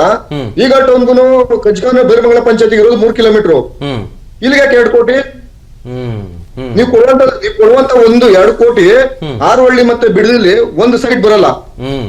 ಈಗ ನಾವು ಕೃಷಿ ಮಾಡುವಂತರು 2 ಸೈಟ್ ಇಸ್ಕೊಂಡು ಗಂಧ ಕಡೆ ಇಟ್ಕೊಂಡು ಪೂಜೆ ಮಾಡೋಣ ಅದಕ್ಕೆ ಸೈಟ್ ನಾವು. ಸರ್ ನೀವು ಹೇಳ್ತಿದ್ರ ಸರ್, ಈಗ ಇಲ್ಲಿಂದ ಬೆಳೆದಂತ ತರಕಾರಿ, ಹಾಲು, ಅಕ್ಕಿ, ಅನ್ನ, ರೇಷ್ಮೆ, ಈಗ ರೇಷ್ಮೆ ಶಾಲೆ ಹಾಕ್ತೀರಾ, ರೇಷ್ಮೆ ಪಂಚೆ ಹಾಕ್ತೀರಾ, ರೇಷ್ಮೆ ಎಲ್ಲಾ ರೇಷ್ಮೆ ಹಾಕ್ತೀರಾ. ಈಗ ಇಲ್ಲಿಂದ ರೇಷ್ಮೆ ನಾಶ ಮಾಡಿದ್ರೆ ಎಲ್ಲಿಂದ ಚೈನಾದಿಂದ ಇಂಪೋರ್ಟ್ ಮಾಡ್ಕೋತೀರಾ ನೀವು? ಸರ್ ಮೊದಲು ಆಹಾರ ಭದ್ರತೆ ಬಗ್ಗೆ ಯೋಚನೆ ಮಾಡಿ, ಇಲ್ಲಿರುವಂತ ಕೃಷಿ ಕಾರ್ಮಿಕರ ಬಗ್ಗೆ ಯೋಚನೆ ಮಾಡಿ, ಇಲ್ಲಿರುವಂತ ರೈತರ ಬಗ್ಗೆ ಯೋಚನೆ ಮಾಡಿ. ಕುಮಾರಸ್ವಾಮಿ ಅವರು ಬಾಣ್ಲಿಲ್ ಹಾಕಿದ್ರು, DK ಶಿವಕುಮಾರ್ ರೈತರ ಬೆಂಕಿ ಹಾಕವ್ರೆ. ರಾಜಕೀಯ ಒಂದೇ ನಾಣ್ಯದ 2 ಮುಖ. ನಾವ್ ಯಾವ್ದೇ ಕಾರಣಕ್ಕೆ ನೋಡಿ ಸರ್, ಇಲ್ಲಿಂದ ಫಲವಂತ ಭೂಮಿ ಕಳ್ಕೊಂಡು ನಾವೆಲ್ಲೂ ಹೋಗಲ್ಲ. ನಮ್ಮ ಪ್ರಾಣ ಬಿಟ್ರು ನಾವು ಭೂಮಿ ಬಿಟ್ಕೊಡಲ್ಲ ಸರ್. ನಮ್ಮ ಅಚಲವಾದ ನಿರ್ಧಾರ 33,000 ಅರ್ಜಿಗಳನ್ನ ನಾವು GVD ಆಫೀಸ್ ಹಾಕಿದ್ವಿ, ನಾವು ಭೂಮಿ ಕೊಡಲ್ಲ ಅಂತ ರೈತರುಗಳು ನಿರಂತರವಾಗಿ ಸರ್. ಈಗ ಇಲ್ಲಿ ರೈತರಿಲ್ಲ ಅಂತ ಹೇಳ್ತಾರಲ್ಲ ಸರ್, 460 ದಿವಸ ನಿರಂತರವಾಗಿ ಪ್ರತಿಭಟನೆ ಮಾಡಕ್ಕಾಗುತ್ತೆ ಸರ್ ರೈತರಿಲ್ಲ ಅಂದ್ರೆ? ರೈತರಿಲ್ಲ ಅಂದ್ರೆ ಯಾರು ಪ್ರತಿಭಟನೆ ಮಾಡ್ತಾರೆ ಇಲ್ಲಿ ನಿರಂತರವಾಗಿ? ಹೌದು. ಇದೇನು ರಾಜಕೀಯ ಸಮಾವೇಶ ಅಲ್ಲ ಸರ್. ಈಗ JDS ಹೋಗ್ತಾರು ಇದ್ದಾರೆ, ಈಗ ಕಾಂಗ್ರೆಸ್ ಹೋಗ್ತಾರು ಇದ್ದಾರೆ. ಇದೇನು ರಾಜಕೀಯ ಸಮಾವೇಶ ಅಲ್ಲ. ಇಲ್ಲಿ ನಮ್ಮ ನೆಲ, ನಮ್ಮ ಜಲ, ನಮ್ಮ ಭಾಷೆ ನಾವು ಉಳಿಬೇಕು ಫಸ್ಟ್. ಹೌದು. ನೀವು ಇಡೀ ರೈತರ ಸಂತತಿನ ನೀವು ನಾಶ ಮಾಡ್ಬಿಟ್ರೆ ನೀವು ಹೊರಗಡೆಯಿಂದ ರೈತರುಗಳು ತಂದು ನೀವು ವ್ಯವಸಾಯ ಮಾಡಕ್ ಮಾಡ್ತೀರಾ ಸರ್? ಈಗ ವಿದ್ಯಾವಂತರು ಬುದ್ಧಿವಂತರು ತಿಳಿದವರಿದಾರ, ಫಾರಿನ್ ಕಂಟ್ರಿಲೆಲ್ಲ ಲ್ಯಾಂಡ್ಗಳನ್ನ ಕೊಟ್ಟು ವ್ಯವಸಾಯ ಮಾಡ್ತಿದಾರಲ್ಲ. 20 ವರ್ಷ ಲೀಸ್ ಕೊಡ್ತಾ ಇದ್ದಾರೆ ರೈತರುಗಳು ವ್ಯವಸಾಯ ಮಾಡಿದ್ದ ಫಾರಿನ್ ಕಂಟ್ರಿಲಿ. ಇಲ್ಲಿರೋ ಭೂಮಿ ಕಿತ್ಕೊಂಡು ಈಗ ಅಕ್ಷಯ ಪಾತ್ರ ಇಟ್ಕೊಂಡು ರೈತರ ಕೈಗೆ ಭಿಕ್ಷಾ ಪಾತ್ರ ಕೊಡಕ್ಕೆ ನೀವು ರೆಡಿಯಾಗಿ ನಿಂತಿದ್ರಲ್ಲ, ಇದು ಯಾವ ನ್ಯಾಯ? ಅದು ನೀವು ನಮ್ಮ ಜಿಲ್ಲೆಯ ಒಬ್ಬ ಮಗನಾಗಿ, ನಮ್ಮ ಹೆಮ್ಮೆಯ ಮುಖ್ಯಮಂತ್ರಿಯಾಗಿ ನೀವು ನಮ್ಮ ರೈತರ ಬಗ್ಗೆ ಮಣ್ಣಾಗಕ್ಕೆ ಹೋಗಿದ್ರಲ್ಲ, ಇದೆಷ್ಟು ಸತ್ಯ ಸರ್? ನೋಡಿ ಸರ್, ಇಲ್ಲಿನ ವಾಸ್ತವ ನಾವು ಕುಮಾರಣ್ಣನ ನಾವು ದೂಷಣೆ ಮಾಡಲ್ಲ, DK ಶಿವಕುಮಾರ್ ಅವ್ರನ್ನು ದೂಷಣೆ ಮಾಡಲ್ಲ. ಅವ್ರ ರಾಜಕೀಯ ವ್ಯಕ್ತಿಗಳು ನಮ್ಗೆ ಬೇಕಾಗಿಲ್ಲ. ಇಲ್ಲಿರುವಂತ ಸಣ್ಣ ಅತಿ ಸಣ್ಣ ಸರ್, ಈಗ 10 ಕುಂಟೆ ಎಷ್ಟು ಸೈಟ್ ಕೊಡ್ತೀರಾ ಸರ್ ನೀವು? 10 ಕುಂಟೆಯಲ್ಲಿ 4 ಹಸು ಕಟ್ಕೊಂಡು ತಿಂಗಳಿಗೆ 50,000 ದುಡಿತಾ ಇರುವಂತ ರೈತನಿಗೆ 15 ದಿವಸಕ್ಕೆ ಒಂದು ಪೇಮೆಂಟ್ ಹಾಲಿನ ಬಿಲ್ ಬರುತ್ತೆ, ತಿಂಗಳಿಗೆ 2 ಪೇಮೆಂಟ್ ಹಾಲಿನ ಬಿಲ್ ಬರುತ್ತೆ. ಅವ್ನಿಗೆ 10 ಕುಂಟೆಗೆ ಎಷ್ಟು ಸೈಟ್ ಕೊಡ್ತೀರಾ? ಅವನ್ ತಂದೆ ತಾಯಿ, ಅವನ್ ಮಕ್ಳಿಗೆ, ಅವ್ನಿಗೆ ಏನು ಉದ್ಯೋಗ ಕೊಡ್ತೀರಾ ಸರ್ ಇದ್ರಲ್ಲಿ? ಅದೇ ಟೌನ್ಶಿಪ್ ನಿರ್ಮಾಣ ಮಾಡಿ ಅದ್ರಲ್ಲೊಂದು ಉದ್ಯೋಗ ಕೊಡ್ತೀವಿ ನಿಮ್ಮ ಮನೆಯವರಿಗೆ ಅಂತ ಕೇಳಿದ್ರಂತೆ ಕಾಂಗ್ರೆಸ್ ಅವ್ರು ಹೇಳ್ತಾ ಇರೋದು. ಸರ್, ಇಲ್ಲಿರುವಂತ ಭೂಮಿ ಫಲವತ್ತಾಗಿರೋ ಭೂಮಿ ಇದು ಬೆಂಗಳೂರಿನ 2ನೇ ಮಲೆನಾಡಿದು. ಆಮೇಲೆ ಸರ್ ನಾನೊಂದು ಪ್ರಶ್ನೆ ಕೇಳ್ತೀನಿ, ಬೇಜಾರು ಮಾಡ್ಕೋಬಿಡಿ. ಇವಾಗ ಆನೇಕಲ್ ಸೂರ್ಯ ಸಿಟಿ ಏನಾಯ್ತು, ಬನಶಂಕರಿ ಎಣ್ಣೆ ಅಂತ ಏನಾಯ್ತು, ವಿಶ್ವೇಶ್ವರ ಲೆವೆಟ್ ಏನಾಯ್ತು ಸರ್? ಕುಡಿಯಕ್ಕೆ ನೀರಿಲ್ಲ, ಲೈಟ್ ಇಲ್ಲ, ಸೈಟ್ಗಳು ಖಾಲಿ ಬಿದ್ದಿದೆ. ಇಲ್ಲಿ ಬಂದು ಸಿಟಿ ಮಾಡ್ತಿಲ್ಲ ಸರ್. ಆಯ್ತು, ನಿಮ್ ಸರ್ಕಾರ ಎಷ್ಟು ವರ್ಷ? 2 ವರ್ಷ. ನೆಕ್ಸ್ಟ್ ಅಗ್ರಿಮೆಂಟ್ ಆಗಿದ್ದಾರೆ ನಿಮ್ ಸರ್ಕಾರ ಬರುತ್ತೆ ಅಂತ. ನೀವು ಮಾಡೋ ಸರ್ಕಾರ ನೆಕ್ಸ್ಟ್ ಅವ್ರು ಕೈಗೆತ್ಕೊಳ್ಳೋಣ ಸರ್. ಇಲ್ಲಿರೋ ಬಡವ ರೈತರುಗಳು ಎಲ್ಲ ಹೋಗ್ಬೇಕು ನಾವು. ನಿಜ ನಿಜ ನಿಜ ನಿಜ ಸರ್, ಇದು ರಾಜಕೀಯ ವೈಷಮ್ಯ ಇರಲಿ. ನೀವು ಮಾಡಿದಂತ ಪ್ರಾಜೆಕ್ಟ್ ಅವ್ರ ಕೈಗೆತ್ಕೊಳ್ಳಿಲ್ಲ ಅಂದ್ರೆ ನಾವು ಏನ್ ಮಣ್ತಿರ್ಬೇಕಾ? ಇಲ್ಲಿ ಭೂಮಿ ಕಿತ್ಕೊಂಡಿರ್ತೀರ already. Okay okay okay Radhakrishna ಅವರೇ ಹೋಲ್ಡಲ್ಲಿ ರೈತರಿಗೆ ಬಿಡ್ಬೇಕು ನೀವು. ಓಕೆ ಓಕೆ ಓಕೆ ಕಾಂಗ್ರೆಸ್ ಹೋಗ್ತಾರನ್ನ ಮಾತಾಡ್ತೀನಿ ಹೋಲ್ಡಲ್ಲಿ. ಶರತ್, ಈಗ ಇನ್ನೊಂದು ಪಾಯಿಂಟ್ ಸೇರಿಸ್ಬಿಡ್ತೀನಿ ಸರ್. ಈಗ ಭೂಮಿ ಸೆಲೆಕ್ಟ್ ಮಾಡೋ ವಿಚಾರ ಯಾಕೆ ಬಿಡಿದಿನೇ? ಈಗ ಉತ್ತರ ಕರ್ನಾಟಕ ಮಾಡಬಹುದು, ದಾವಣಗೆರೆ ಮಾಡಬಹುದು, ಒಳ್ಳೆ ಸಿಟಿ, ಹುಬ್ಳಿ ಧಾರವಾಡ ಮಾಡಬಹುದು, ಅಥವಾ ಬೆಳಗಾವಿ ಅಲ್ಲೂ ಮಾಡಬಹುದು. ಯಾಕೆ ಇಲ್ಲಿಗೆ ಬಂದಿದ್ದು ಅಂತ? ಇಲ್ಲ, ಈಗ ಬೆಂಗಳೂರು ಬಿಯಾಂಡ್ ಬೆಂಗಳೂರು ಯೋಜನೆಗಳು ತಗೊಂಡ್ಬಂದಿರೋದು ಹೆಂಗೆ ಅಂದ್ರೆ, ಬೆಂಗಳೂರಿನಲ್ಲೂ ಸೃಷ್ಟಿ ಮಾಡಬೇಕು, ಉದ್ಯೋಗ ಸೃಷ್ಟಿ ಮಾಡಬೇಕು, ಇನ್ವೆಸ್ಟ್ಮೆಂಟ್ ಹುಡುಕಬೇಕು. ಬೆಂಗಳೂರಿನ ಈ ಜಾಗತಿಕ ಗ್ಲೋಬಲ್ ವಿಲೇಜ್ ಅನ್ನೋ ಥರ ಆಗ್ಬಿಟ್ಟಿದೆ, ಗ್ಲೋಬಲ್ ಸಿಟಿ ಆಗ್ಬಿಟ್ಟಿದೆ ಬೆಂಗಳೂರು. ಅದಕ್ಕೆ ಬೆಂಗಳೂರು ದಕ್ಷಿಣ ಜಿಲ್ಲೆ, ಬೆಂಗಳೂರು ಗ್ರಾಮಾಂತರ ಜಿಲ್ಲೆ ಯಾಕೆ ರಭಸವಾಗಿ ಬೆಳೀತಾ ಇದಾವೆ ಅಂದ್ರೆ, ಬೆಂಗಳೂರು ಆಲ್ರೆಡಿ ಓವರ್ ಕ್ರೌಡೆಡ್ ಆಗಿ 800 ಸ್ಕ್ವೇರ್ ಕಿಲೋಮೀಟರ್ ಮಾಡಿದ್ರಲ್ಲ, 110 ಹಳ್ಳಿಗಳು ಸೇರಿಸಿ BMP ಇಂದ 200 ಸ್ಕ್ವೇರ್ ಕಿಲೋಮೀಟರ್ ಇತ್ತು, 110 ಹಳ್ಳಿಗಳು ಸೇರಿಸಿ 5 CMCಗಳನ್ನ ಸೇರಿಸಿ 7 TMCಗಳನ್ನ ಸೇರಿಸಿ BBMP ಅಂತ ಮಾಡಿದಾಗ 800 ಸ್ಕ್ವೇರ್ ಕಿಲೋಮೀಟರ್ ಜಾಗ ಆಗಿದೆ ಬೆಂಗಳೂರು. 60 ಲಕ್ಷ ಪಾಪ್ಯುಲೇಷನ್ ಇದ್ದಿದ್ದ ಜಾಗ ಈಗ 1.5 ಕೋಟಿ ಪಾಪ್ಯುಲೇಷನ್ ಆಗಿದೆ. ಈಗ ಇದು ಮಾಡೋದ್ರಿಂದ ಇನ್ನೂ ಪಾಪ್ಯುಲೇಷನ್ ಜಾಸ್ತಿ ಆಗಿದೆ. ಇಲ್ಲ, ಅದನ್ನ ಕಮ್ಮಿ ಮಾಡಬೇಕು. ಈಗ ಏನಾಗಿದೆ ಗೊತ್ತಾ, ನಮ್ಮ ಜನತೆಗೆ, ಕನ್ನಡಿಗರಿಗೆ ಉದ್ಯೋಗ ಬೇಕು, ಬಂಡವಾಳ ಹೂಡಿಕೆಗೆ ಜನ ಇದ್ದಾರೆ, ಅವ್ರಿಗೆ ಜಾಗ ಕೊಡಬೇಕು ನಾವು. ಹಂಗಂದ್ರೆ ವ್ಯವಸಾಯ ಕಿತ್ಕೊಳ್ಳೋಕ್ಕಾಗಲ್ಲ. ಅದನ್ನ ನಿಮ್ಗೆ ಹೇಳ್ತೀನಿ, ಅದಲ್ಲ ಅಂತ. ಅದಕ್ಕೆ ನಾನು ನಿಮ್ಗೆ ಹೇಳ್ತಾ ಕಿತ್ಕೊಳ್ಳೋದಲ್ಲ, ರೈತರನ್ನು ಮನವೊಲಿಸಿ ಅವರಿಗೂ ಆರ್ಥಿಕ ಚಟುವಟಿಕೆಗಳಲ್ಲಿ ಅವ್ರನ್ನ ಪಾಲ್ದಾರ್ ಮಾಡ್ಕೋಬೇಕು. ಸಿ ಅವ್ರನ್ನ ಬಿಟ್ಟು ಅವ್ರ ಸ್ಟೇಕ್ ಹೋಲ್ಡರ್ ರೀ, ಅವರೇ ಪ್ರೈಮ್ ಸ್ಟೇಕ್ ಹೋಲ್ಡರ್. ಸರ್ಕಾರ ಅಲ್ಲ ಪ್ರೈಮ್ ಸ್ಟೇಕ್ ಹೋಲ್ಡರ್, ಬಂಡವಾಳ ಹಾಕೋನಲ್ಲ prime stakeholder. Prime stakeholder ರೈತರು ಯಾರು ಜಮೀನನ್ನು ಕೊಡ್ತಾರೋ ಅವರು, ಅವರ ಮನವೊಲಿಸಿ ಆರ್ಥಿಕ ಚಟುವಟಿಕೆಗಳಿಂದ ಯಾವ ರೀತಿ ಲಾಭ ಆಗುತ್ತೆ, ಯಾವ ರೀತಿಯ ಉದ್ಯೋಗ ಸೃಷ್ಟಿ ಆಗುತ್ತೆ, ಹೇಗೆ ನಿಮ್ಗೂ ಕೂಡ ಒಂದು ಉದ್ಯೋಗವನ್ನು ಅದ್ರಲ್ಲಿ ಕೊಡ್ತಾರೆ. ಎರಡನೇದು, ಅವ್ರಿಗೆ ಯಾವ ರೀತಿ ಕಾಂಪನ್ಸೇಷನ್ ಕೊಡ್ತಾರೆ, ಯಾವ ರೀತಿ ಅವ್ರಿಗೆ ಡೆವಲಪ್ಡ್ ಲ್ಯಾಂಡ್ ಕೊಡ್ತಾರೆ, ಅದನ್ನ ಯಾವ ರೀತಿ ಆರ್ಥಿಕವಾಗಿ ಅವ್ರು ಮುಂದುವರಿಬಹುದು ಅನ್ನೋದನ್ನ ಮನವರಿಕೆ ಮಾಡ್ಕೊಳ್ಳುವಂತ ಅಗತ್ಯ ಇದೆ. ಅದನ್ನ ಮಾಡ್ಕೊಡ್ತಾರೆ. ಟೌನ್ಶಿಪ್ ಮಾಡಿ ಮುಗಿಸೋಷ್ಟೊಳಗೆ ಆ ಸಂಭ್ರಮಕ್ಕೆ ನೀವು ಕೊಟ್ಟಿರೋ 2 ಕೋಟಿ ಯಾವ ಮನೆಗೂ ಸಾಲಲ್ಲ ಅಂತಾನು ಹೇಳ್ತಿದ್ದಾರೆ. ಟೌನ್ಶಿಪ್ ಮುಗಿಸಿ ನೀವು ಕೆಲ್ಸಕ್ಕೆ ಕರೆದು ಅವ್ರ ಮೊಮ್ಮಗ ಬರ್ಬೇಕಾಗತ್ತೆ ಕೆಲ್ಸಕ್ಕೆ, ಆ ಟೈಮ್ಗೆ ಯಾರು ಇರ್ತಾರೆ ಯಾರು. ಈಗ ಶರತ್ ಅದನ್ನ ಇದು 25 ವರ್ಷದ್ದು 50 ವರ್ಷದ ಯೋಜನೆ ಅಲ್ಲ. ಇದನ್ನ ನೀವು ಹೇಳೋ ಲೆಕ್ಕದಲ್ಲಿ ಆ ಲೆಕ್ಕ ಹೇಳ್ತಿದ್ದು ಇಲ್ಲ, ಫೇಸ್ ಬೈ ಫೇಸ್ ಮಾಡ್ತಾರೆ. ದೇವನಹಳ್ಳಿ ಏರ್ಪೋರ್ಟ್ ಆದಾಗ್ಲೂ ಕೂಡ ಇದೇ ರೀತಿಯ ಅಪಸ್ವರ ಇದ್ದೇ ಇತ್ತು. ಆಮೇಲೆ ಏರೋ ಸಿಟಿ ಮಾಡಿದಾಗ್ಲೂ ಆಗ್ಲಿ, ಕ್ವಿನ್ ಸಿಟಿ ಮಾಡಿದಾಗಲಾಗ್ಲಿ, ಕ್ವಾಂಟಮ್ ಸಿಟಿ ಮಾಡ್ಬೇಕಾದ್ರೆ ಸಂಜಾಪುರದಲ್ಲಾಗ್ಲಿ ಎಲ್ಲಾ ಸಮಯದಲ್ಲೂ ಈ ತರ ಅಪಸ್ವರಗಳು ಇದ್ದೇ ಇರ್ತವೆ. ನಮ್ಮ ಸರ್ಕಾರ ನೀವೆಲ್ಲ ಡಿಸೆಂಟ್ರಲೈಸ್ ಮಾಡಬೇಕು, ಬೇರೆ ಕಡೆ ಹೋಗ್ಬೇಕು, ಯಾಕೆ ಇಲ್ಲೇ ಮಾಡ್ತೀರಾ ಅಂತ ಕೇಳಿ ನೋಡಿ. ದೊಡ್ಡಬಳ್ಳಾಪುರದಲ್ಲಿ ಕ್ವಿನ್ ಸಿಟಿ ಅಂತ ಮಾಡಿದೀವಿ, ಸರ್ಜಾಪುರದಲ್ಲಿ ಕ್ವಾಂಟಮ್ ಸಿಟಿ ಅಂತ ಮಾಡಿದೀವಿ. ಏರ್ಪೋರ್ಟ್ ಈಗ ದೇವನಹಳ್ಳಿನಲ್ಲಿ ಆದಿನಾರಾಯಣ ಹೊಸಹಳ್ಳಿ ಸ್ಟೇಜ್ 1 ಸ್ಟೇಜ್ 2 ತೆಗೆದುಕೊಂಡು ಏರೋ ಸಿಟಿಗೆ ಪರ್ಯಾಯವಾಗಿ ಅಲ್ಲಿ ಮಾಡಿದೀವಿ. ಇದನ್ನ ಡಿಸೆಂಟ್ರಲೈಸ್ ಮಾಡಬೇಕು, ಇಲ್ಲಿ ಒತ್ತಡವನ್ನು ಕಡಿಮೆ ಮಾಡ್ಬೇಕಂತಾನೆ. ಬಿಡದಿನಲ್ಲೂ ಕೂಡ AI ಸಿಟಿ ಮಾಡ್ತಾ ಇರೋದು ಯಾಕೆ ಅಂದ್ರೆ ಇಡೀ ಪ್ರಪಂಚದಿಂದ ಜನ ಇಲ್ಲಿ ಬರಕ್ ಇಷ್ಟಪಡ್ತಾ ಇದ್ದಾರೆ. IT ಅಂದ್ರೆ ಉತ್ತರ ಕರ್ನಾಟಕ ಭಾಗಕ್ಕೆ ಹೋಗಕ್ಕೆ ಇಷ್ಟಪಡಲ್ಲ. ಕೇಳಿ, ಉತ್ತರ ಕರ್ನಾಟಕ ನಾವೇನ್ ಮಾಡ್ತಾ ಇದೀವಿ ಅಂತ ಅದಕ್ಕೆ ನಿಮ್ಗೆ ಹೇಳಕ್ ಬಂದೆ. ಈಗ ಅಧಿವೇಶನ ಅಂತ ಇಡ್ತೀರಾ, ಅಲ್ಲಿ ಉತ್ತರ ಕರ್ನಾಟಕದ ಭಾಗ ಸಮಸ್ಯೆನೇ ಮಾತಾಡಲ್ಲ ಅಂತ ಕಂಪ್ಲೇಂಟ್ ಮಾಡ್ತಾರೆ. ನೀವು ಒಂದು ಟೌನ್ಶಿಪ್ ನ ಅಲ್ಲಿಗೆ ಮಾಡ್ಬಿಟ್ಟಿದ್ರೆ ಈಗ ದೇವ್ರ ತರ ಮೆರೆಸ್ತಾರೆ. ಶರತ್, ನಿಮ್ ಮಾತು ನಾನು ಹೇಳ್ತೀನಿ. ಉತ್ತರ ಕರ್ನಾಟಕದಲ್ಲಿ ಸದನವನ್ನೇ ಮಾಡ್ದಲೆ, ಸೆಷನ್ ಮಾಡ್ದಲೆ ಪಲಾಯನ ಮಾಡಿದ್ದು ಬಿಜೆಪಿ ಯಡಿಯೂರಪ್ಪನವ್ರು. ನಿಮ್ಗೆ ಗೊತ್ತಿದೆ, ಜ್ಞಾಪಕ 2019 ಜ್ಞಾಪಕ ಇದೆ, ಡಿಸೆಂಬರ್ದು. ಆದ್ರೆ ನಾವೇನ್ ಗೊತ್ತಾ, ಉತ್ತರ ಕರ್ನಾಟಕದಲ್ಲಿ ಈಗ ಮಂಗಳೂರಿಗೆ ಏನಾಗಿದೆ, ಸೆಮಿ ಕಂಡಕ್ಟರ್ ಮತ್ತೆ ಸ್ಟಾರ್ಟ್ಅಪ್ಸ್ ಅಲ್ಲಿ ಇಂಡಸ್ಟ್ರಿ ಮಾಡ್ತಾ ಇದೀವಿ, ಕಾರಿಡಾರ್ ಮಾಡ್ತಾ ಇದೀವಿ. ಬಿಜಾಪುರದಲ್ಲಿ ಮ್ಯಾನುಫ್ಯಾಕ್ಚರಿಂಗ್ ಹಬ್ ಮಾಡ್ತಾ ಇದೀವಿ. ಕಲಬುರಗಿನಲ್ಲಿ ಜವಳಿ ಕಾರ್ಖಾನೆಗಳ ಹಬ್ ಮಾಡ್ತಾ ಇದೀವಿ. ಅಲ್ಲಿಗೆಲ್ಲ ಹೊಗೆ ಬರ್ತಾ ಇದೀರಿ, ಇಲ್ಲಿ ಅಲ್ಲ ಮೊದ್ಲೇ ಇಷ್ಟ ಬಂದಾಗ ಮಾತಾಡಕ್ ಸಾಧ್ಯ ಆಗೋದಿಲ್ಲ. ನಾನು ಎಲ್ಲೆಲ್ಲಿ ಯಾವ ಕೌಶಲ್ಯ ಇದೆ, ಯಾರ್ಯಾರು ಜನಕ್ಕೆ ಅಲ್ಲಿ ಡಿಮ್ಯಾಂಡ್ ಇದೆ, ಆಮೇಲೆ ಎಲ್ಲಿ ಯಾವ ಮ್ಯಾನ್ ಪವರ್ ಸಿಗ್ತಾರೆ, ಅವ್ರಿಗೆ ಯಾವ ಸ್ಕಿಲ್ ಕೊಡಬೇಕು, ಯಾವ ರೀತಿ ಜಾಗ ಉದ್ಯೋಗ ಸೃಷ್ಟಿ ಮಾಡಬೇಕು. ಕರ್ನಾಟಕ ಸರ್ಕಾರ ಅದು ಕಾಂಗ್ರೆಸ್ ಸರ್ಕಾರ. ಹಿಂದೆ ಇದ್ದಂತಹ ಬಿಜೆಪಿ 10 ವರ್ಷದಲ್ಲಿ 4 ಬಿಜೆಪಿ ಮುಖ್ಯಮಂತ್ರಿಗಳು ಏನು ಮಾಡಿಲ್ಲ ಕೆಲಸ. ನಾವಾಗಿರೋದಕ್ಕೆ ಜನಗಳಿಗೆ ಅಭಿವೃದ್ಧಿ ಆಗಬೇಕಂತ ಕೆಲಸಗಳು ಮಾಡ್ತಾ ಇದೀವಿ. ಆಮೇಲೆ ಅಪಸ್ವರಗಳು ಇರಲ್ಲ ಅಂತ ಇಲ್ಲ, ನಮಗೆ ಬಿಜೆಪಿ ಮತ್ತೆ JDS ನ ಸಂಚುಗಳು ನಮ್ಗೆ ಅರ್ಥ ಆಗುತ್ತೆ, ಅವರ ಯೋಜನೆಗಳು ನಮ್ಗೆ ಅರ್ಥ ಆಗುತ್ತೆ.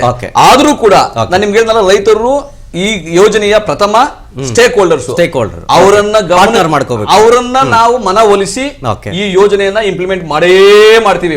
ಆಗಲೇ ಇಲ್ಲ ಅಂದ್ರೆ ಕೈ ಬಿಡ್ಬೇಕಾಗತ್ತಲ್ಲ. ಕೇಳಿ, ಈ ಯೋಜನೆ ಇದೆಯಲ್ಲ, ಗಾತ್ರದಲ್ಲಿ ಹೆಚ್ಚು ಕಡಿಮೆ ಆಗ್ಬೋದು.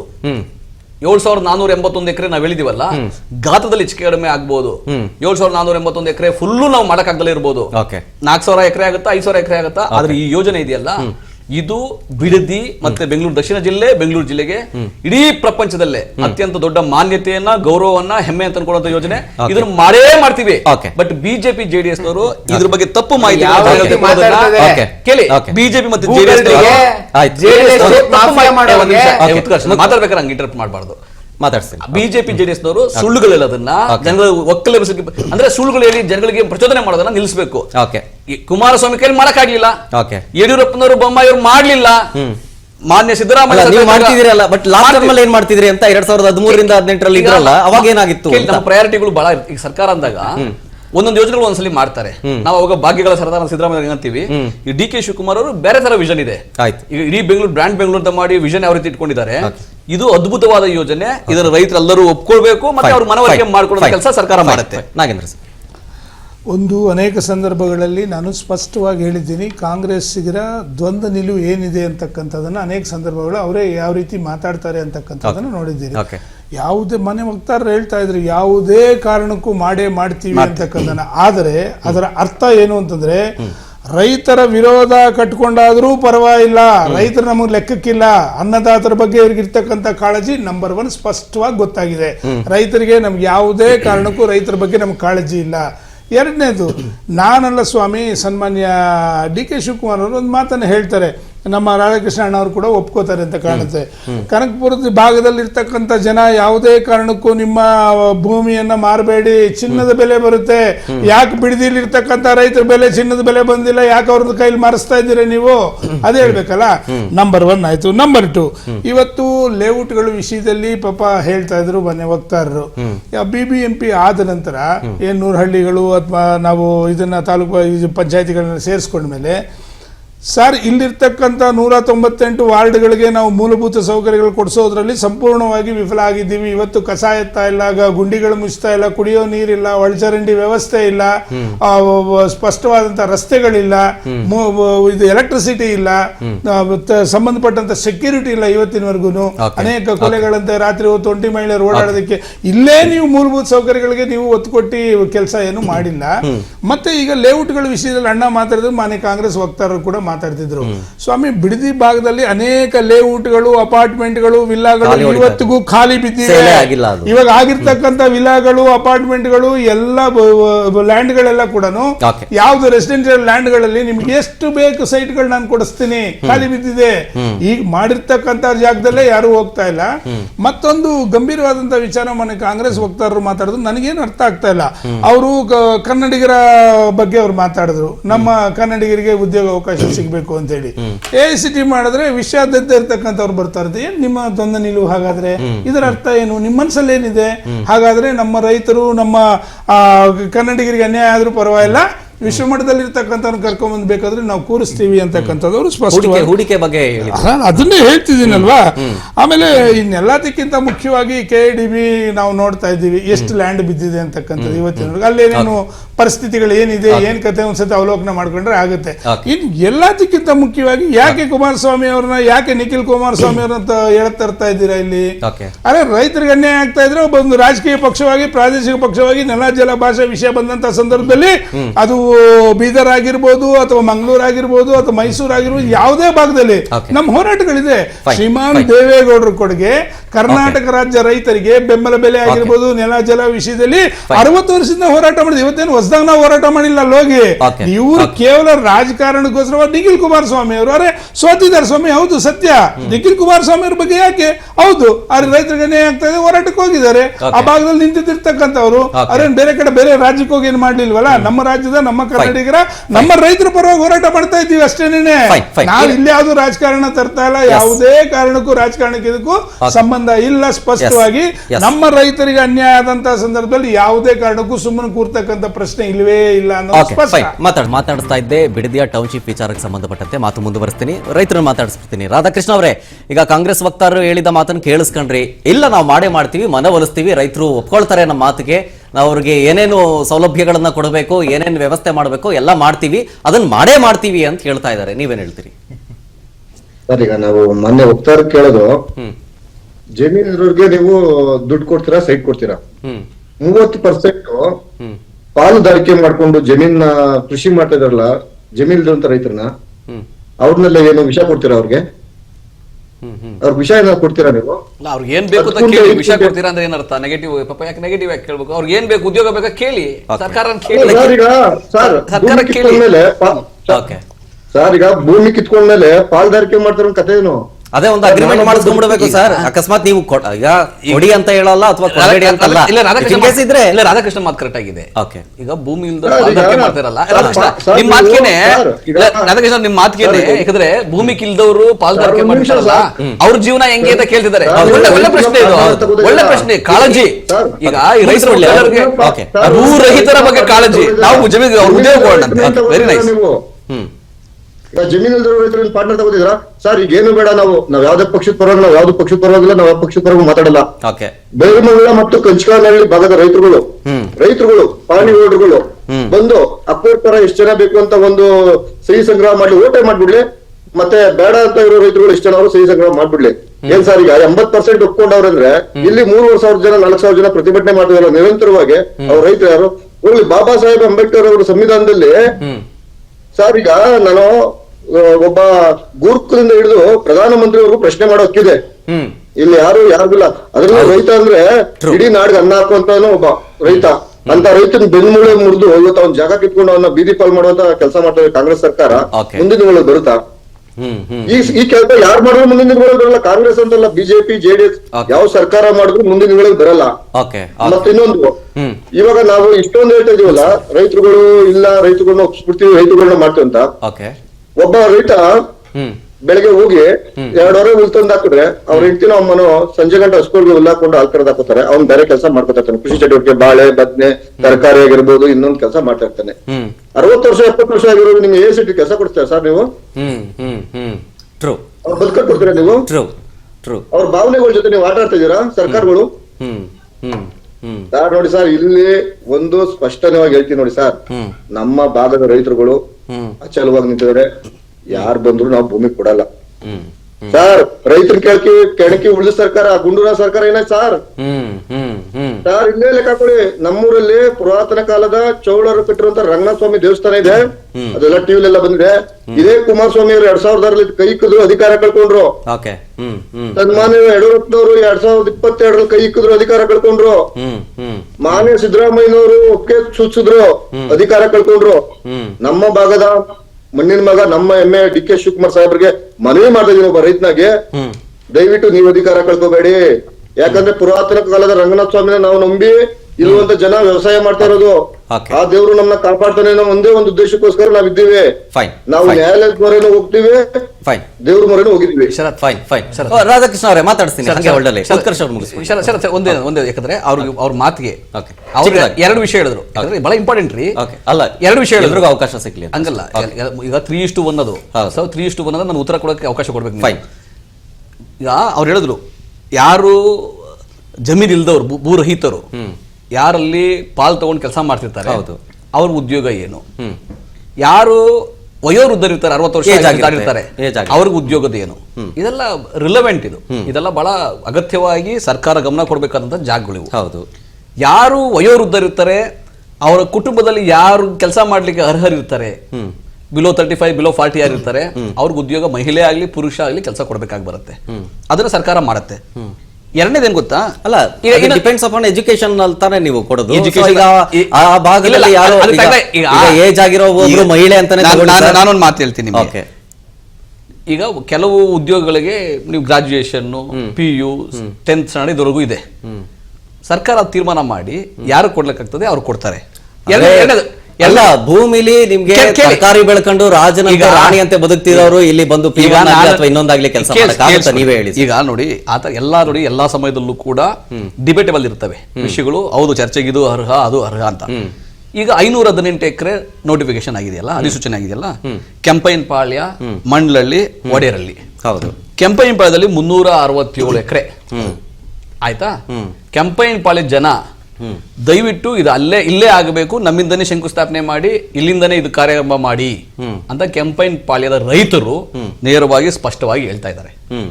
ನಾನು ನಿಮ್ಗೆ ಇನ್ನೊಂದು ಮಾತು ಹೇಳಿದೆ, ಯಾವ ರೈತರು ಅಪೋಸ್ ಮಾಡ್ತಾರೆ ಅವರಿಗೆ ಮನವರಿಕೆ ಮಾಡಿಕೊಟ್ಟು ಈ ಯೋಜನೆಯನ್ನ ಮಾಡೇ ಮಾಡ್ತೀವಿ. ಆಮೇಲೆ ಖಂಡಿತವಾಗಿ ಅವ್ರು ಹೇಳಿದ ಕರೆಕ್ಟ್ ಆಗಿದೆ.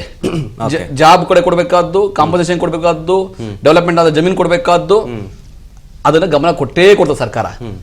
ಆದರೆ JDS ಮತ್ತೆ BJP ಇವತ್ತು ಮಾಡ್ತಿರೋ ಪ್ರಹಸನ ರಾಜ್ಯಕ್ಕೆ ಒಳ್ಳೇದಲ್ಲ, ಕನ್ನಡಿಗರಿಗೆ ಒಳ್ಳೇದಲ್ಲ, ಅಲ್ಲಿನ ಜನತೆಗೆ ಒಳ್ಳೇದಲ್ಲ. ಅಲ್ಲಿನ ಜನತೆನೂ ಕೂಡ ಆರ್ಥಿಕವಾಗಿ ಮುಂದುವರಿಬೇಕು, ಅವ್ರ ಮಕ್ಕಳು ಕೂಡ ವಿದ್ಯಾಭ್ಯಾಸದಲ್ಲಿ ಒಳ್ಳೊಳ್ಳೆ ಚೆನ್ನಾಗಿ ಹೋಗ್ಬೇಕು ಮುಂದಕ್ಕೆ. ಅಲ್ಲ, ಅವ್ರಿಗೆ ಅನುಕೂಲ ಆಗ್ತದೆ, ಫೈನಾನ್ಷಿಯಲಿ ಅನುಕೂಲ ಆಗ್ತದೆ. ಅದನ್ನ ಈಗ ಇದನ್ನೇ ಸೇಮ್ ಇದೇ ವಿಷಯನ ಸೂರ್ಯ ಸಿಟಿಲಿ ಮಾಡಿದ್ರು. ಸೂರ್ಯ ಸಿಟಿಲಿ ಏನ್ ಮಾಡಿದ್ರು ಅಂದ್ರೆ 140 ಜನ ರೈತರು ಸೈನ್ ಹಾಕ್ಸ್ಕೊಂಡು ಬಂದು ಯಾರೋ ಒಬ್ರು ತಗೊಂಡ್ಬಂದು ಕೊಟ್ಟಿದ್ರು DC-ಗೆ. DC ಅವರು ಅಲ್ಲಿ ಹೋಗಿ ನೋಡಿದಾಗ 147 110 120 ಜನ ನಾವು ಕೊಡ್ತೀವಿ, ಜಮೀನ್ ಕೊಡ್ತೀವಿ, ಇಲ್ಲಿ ಮಾಡ್ಲಿ. ಈಗ ನಾವು ಅಲ್ಲಿ ಸ್ಟೇಡಿಯಂ ಆಗ್ತಾ ಇದೆಯಲ್ಲ, ಅಲ್ಲಿ ವಿಷಯ ನಾನು ಹೇಳ್ತಾ ಇದ್ದೀನಿ. ಅಂದ್ರೆ ಜನ ಒಪ್ಪುತ್ತಾರೆ, ಅವ್ರಿಗೆ ಮನವರಿಕೆ ಮಾಡ್ಕೊಳ್ಳೋ ಕೆಲಸ ನಾವು ಮಾಡ್ತೀವಿ. ಬಿಜೆಪಿ ಏನೇ ಪ್ರಯತ್ನ ಮಾಡ್ಲಿ, JDS ಏನೇ ಪ್ರಯತ್ನ ಮಾಡ್ಲಿ, ರಾಜಕಾರಣ ಮಾಡ್ಲೇಬೇಕು. ಬಹಳ ಸ್ಪಷ್ಟವಾಗಿ ಅರ್ಥ ಮಾಡ್ಕೊಳ್ಳಿ, ಮಾಡೇ ಮಾಡ್ತೀವಿ, ತಂದೇ ತರ್ತೀವಿ ಅಂತ ಹೇಳ್ತಕ್ಕಂತ ಈ ಧೋರಣೆ ಇದೆಯಲ್ವಾ, ಒಳ್ಳೇದು. ರೈತ ವಿರೋಧಿ ನೀತಿಯನ್ನ ತೋರಿಸ್ತದೆ. ಜನತೆಗೆ ಒಳ್ಳೆದು. ನೋಡ್ತಾ ಇರ್ತಕ್ಕಂಥ ರೈತರು ಕೂಡ ಅರ್ಥ ಮಾಡ್ಕೊಳ್ಳಿ ಬಹಳ ಸ್ಪಷ್ಟವಾಗಿ. ಬಿಡದಿ ಇರ್ಬೋದು, ಇನ್ ಯಾವುದೇ ಭಾಗದ ಆನೇಕಲ್ ರೈತರಿಗೂ ಇದೇ ಆಯ್ತು. ಸ್ಟೇಡಿಯಂ ಬೇಡ ಅಂತಂದ್ರೆ ಮಾಡಿದ್ರು. ಬೆಳಗಾವಿಯಲ್ಲಿ ಏನಾಯ್ತು, ರಾಜ್ಯದಾದ್ಯಂತ ನೋಡ್ತಾ ಇರ್ತಕ್ಕಂಥ ರೈತ ಸಮಾಜವನ್ನ ಯಾವ ರೀತಿ ಇವತ್ತು ಸರ್ಕಾರ ನಡೆಸ್ಕೊಳ್ತಾ ಇದೆ. ಇದೇ ಮುಖ್ಯಮಂತ್ರಿಗಳು ಬಿಡದಿಗೆ ಬಂದಾಗ ಇದೇ ರೈತರ ಹತ್ರ ಸಂವಾದ ಮಾಡಿದಾಗ ಅವರ ಮೇಲೆ ದಬ್ಬಾಳಿಕೆ ಏನ್ ಮಾಡಿದ್ರು, ಅವ್ರಿಗೆ ಏರು ಧ್ವನಿಯಲ್ಲಿ ಮಾತಾಡಿ ಅವ್ರನ್ನ ಗದರಿಸುವಂತ ಕೆಲಸವನ್ನು ಇದೇ ಮುಖ್ಯಮಂತ್ರಿಗಳು ಮಾಡಿದ್ರು. ಆಮೇಲೆ ನೋಡಿ, ಈ ಕಂಪನ್ಸೇಷನ್ ಕೊಟ್ಟಿದೀವಿ ಅಂತ ಹೇಳ್ತಾ ಇದ್ರು. ನಾವು ಚಿಕ್ಕಬಳ್ಳಾಪುರ ಜಿಲ್ಲೆಯವರು, ದೇವನಹಳ್ಳಿ ನಮ್ಗೆ ಹತ್ರ. ಏರ್ಪೋರ್ಟ್ ಸಂದರ್ಭದಲ್ಲಿ ಕಂಪನ್ಸೇಷನ್ ಕೊಟ್ಟಾಗ ಇದೇ ರೈತರು ಫಾರ್ಚುನರ್ ಇನೋವಾ ಕ್ರಿಸ್ಟಾ ಕಾರ್ ತೆಗೆದಿದ್ದು ನೋಡಿದೀವಿ. ಇವತ್ ಪಾಪ ಅದೇ ರೈತರು ಸೆಕ್ಯೂರಿಟಿ ಕೆಲಸ, ಟ್ಯಾಕ್ಸಿ ಡ್ರೈವರ್ ಕೆಲಸ ಮಾಡ್ಕೊಂಡು ನಾನು ಆ ಕೆಲಸಗಳು ಕೀಳರ ಮೇಲೆ ನೋಡ್ತಾ ಇಲ್ಲ. ಆದ್ರೆ ಆ ಪರಿಸ್ಥಿತಿಗೆ ಬಂದಿದ್ದಾರೆ ಇವತ್ತು. ಬದುಕ್ತಾ ಇದ್ರು ಅಂತ ಆ ಸಂದರ್ಭದಲ್ಲಿ ದುಡ್ಡು ಇಸ್ಕೊಬಿಟ್ರು. ಆಮೇಲೆ ಬಹಳ ಕಷ್ಟ ಆಗ್ತಿದೆ. ಇವತ್ತು ದೇವನಹಳ್ಳಿ ಭಾಗದ ಅನೇಕ ರೈತರು ಇವತ್ತು ತಮ್ಮ ಜಮೀನುಗಳನ್ನ ಮಾರ್ಕೊಂಡು ಆಂಧ್ರದ ರಿಯಲ್ ಎಸ್ಟೇಟ್ ಭೂಗಳ್ರಿಗೆ, ರಿಯಲ್ ಎಸ್ಟೇಟ್ ಮಾಫಿಯಾ ಮಾಡೋರ್ಗೆ, ಬೇರೆ ಭಾಗದಿಂದ ಬರ್ತಕ್ಕಂಥವ್ರಿಗೆ ಲ್ಯಾಂಡ್ ಅನ್ನ ಮಾರ್ಕೊಂಡು ಇವತ್ತು ಪಾಪ ಸೆಕ್ಯೂರಿಟಿ ಕೆಲಸ ಗುಳೆ ಹೋಗ್ತಕ್ಕಂತ ಪರಿಸ್ಥಿತಿ ಬಂದಿದೆ. ಅದೇ ಪರಿಸ್ಥಿತಿ ನಾಳೆ ಬಿಡದಿ ರೈತರು ಕೂಡ ಬಹಳ ಸ್ಪಷ್ಟವಾಗಿ ಬರುತ್ತೆ. ಆಮೇಲೆ ಬಹಳ ಪ್ರಮುಖವಾಗಿ ಏನಾದ್ರೂ ಡಿ.ಕೆ. ಶಿವಕುಮಾರ್ ಅವರು ಈ ಕೆಲಸವನ್ನ ಮಾಡಿದ್ರೆ ಯಾವ ಸಮುದಾಯದ ಮುಂದೆ ಬಂದು ಪೆನ್ನು ಪೇಪರ್ ಕೇಳಿದ್ರಲ್ಲ ಅವ್ರು ಒಕ್ಕಲಿಗರ ವಿರೋಧಿ ಆಗ್ತಾರೆ ಅನ್ನೋಂಥದ್ದು ಬಹಳ ಸ್ಪಷ್ಟವಾಗಿ ಹೇಳ್ತೀನಿ. ಸಮಸ್ತ ಯಾವ ಸಮಾಜಗಳು ಒಕ್ಕಲತನವನ್ನು ನಂಬ್ಕೊಂಡ್ ಬಂದಿದೆ, ವಿಶೇಷವಾಗಿ ಒಕ್ಕಲಿಗರನ್ನ, ನಮ್ಮ ಸಮಾಜವನ್ನ ಎದುರಾಕೊಂಡು ಅವ್ರಿಗೆ ಕೆಲಸವನ್ನು ಮಾಡ್ಲಿ ಅನ್ನೋಂತ ನೇರ ಸವಾಲು ಆಗ್ತಾ ಇದೆ ಮುಖ್ಯಮಂತ್ರಿಗಳಿಗೆ. ಯಾವುದೇ ಕಾರಣಕ್ಕೂ ನಮ್ಮ ಒಕ್ಕಲಿಗರಿಗೆ ಭೂಮಿ ಅನ್ನುವಂಥದ್ದು ನಮ್ಮ ಅಸ್ತಿತ್ವ ನಟರಾಜ್ ಗೌಡ್ರಿಗೂ ಗೊತ್ತಿದೆ. ಆಮೇಲೆ ಈ ರೀತಿಯ ಧೋರಣೆ ಇದೆಯಲ್ಲ ಮಾಡೇ ಮಾಡ್ತೀವಿ ಅನ್ನೋದು ನೋಡ್ತಾ ಇರ್ತಕ್ಕಂಥ ಅಷ್ಟೋ ರೈತ ಸಮಾಜದವರು, ವಿಶೇಷವಾಗಿ ಒಕ್ಕಲಿಗ ಸಮಾಜದ ಭೂಮಿಗಳ ಹೋಗ್ತಾ ಇರ್ತಕ್ಕಂಥದ್ದು ಬಿಡದಿಲಿ. ಡಿ.ಕೆ. ಶಿವಕುಮಾರ್ ಅವ್ರ ಜಮೀನಿಗೆ ಏನು ಸಮಸ್ಯೆ ಇಲ್ಲ. ಕನಕಪುರದಲ್ಲಿ ಯಾಕೆ ಮಾಡಲ್ಲ ಗೊತ್ತಾ, ಇವ್ರ ಜಮೀನು ಹೋಗ್ಬಿಡುತ್ತಲ್ಲ ಪಾಪ. ಡಿ.ಕೆ. ಶಿವಕುಮಾರ್ ಅವ್ರು ಬಹಳ ಏನ್ ಜಾಸ್ತಿ ಇಲ್ಲ, ಎಲ್ಲೊಂದ್ 2-3 ಎಕರೆ ಇರ್ಬೋದು.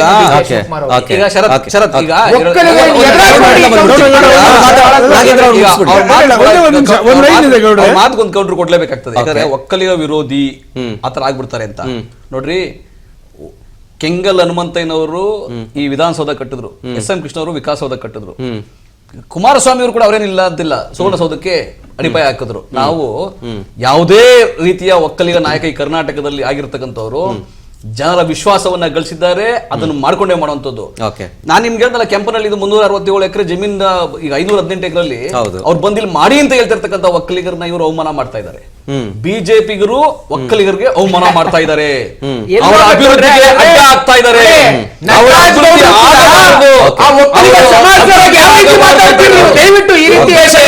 ಅಭಿವೃದ್ಧಿ ಆಗಬಾರದು, ಆರ್ಥಿಕವಾಗಿ ಮುಂದೆ ಬರಬಾರದು. ರಾಮನಗರದ ಜಿಲ್ಲೆಯ ರೈತರು ಉದ್ಧಾರ ಆಗಬಾರದು, ಅಲ್ಲಿ ಆರ್ಥಿಕ ಚಟುವಟಿಕೆ ಆಗಬಾರದು. ಬಿಜೆಪಿಯವರ ರಾಷ್ಟ್ರೀಯ ಮಟ್ಟದಲ್ಲಿ ಬಿಜೆಪಿಯ ಸಂಚಿದೆ. ಶಿವಕುಮಾರ್ ಅವರು 28ರಲ್ಲಿ ಆ ಸಮಾಜ ಪಾಠ ಕಲಿಸುತ್ತೆ. 28ರಲ್ಲ 33ಕ್ಕೂ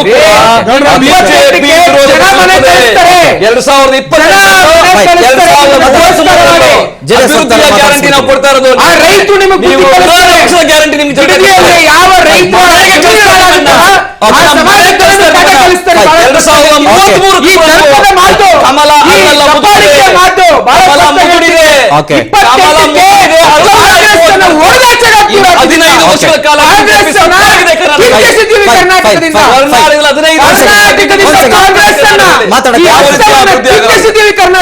ಅವಕಾಶ ಕೊಡಿ ನಾಗೇಂದ್ರ ಅವರೇ. ಈಗ ಹೆಂಗ್ ಒದ್ದೋಡಿಸಿದ್ದಾರೆ ಬಿಜೆಪಿಯನ್ನ ದಕ್ಷಿಣ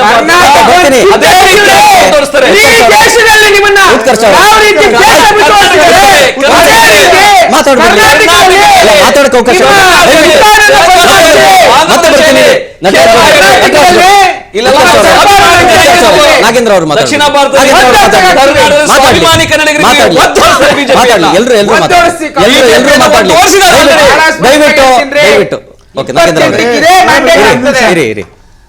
ಕರ್ನಾಟಕ ಸರ್ವ ಜನಾಂಗದ ಶಾಂತಿಯ ತೋಟ.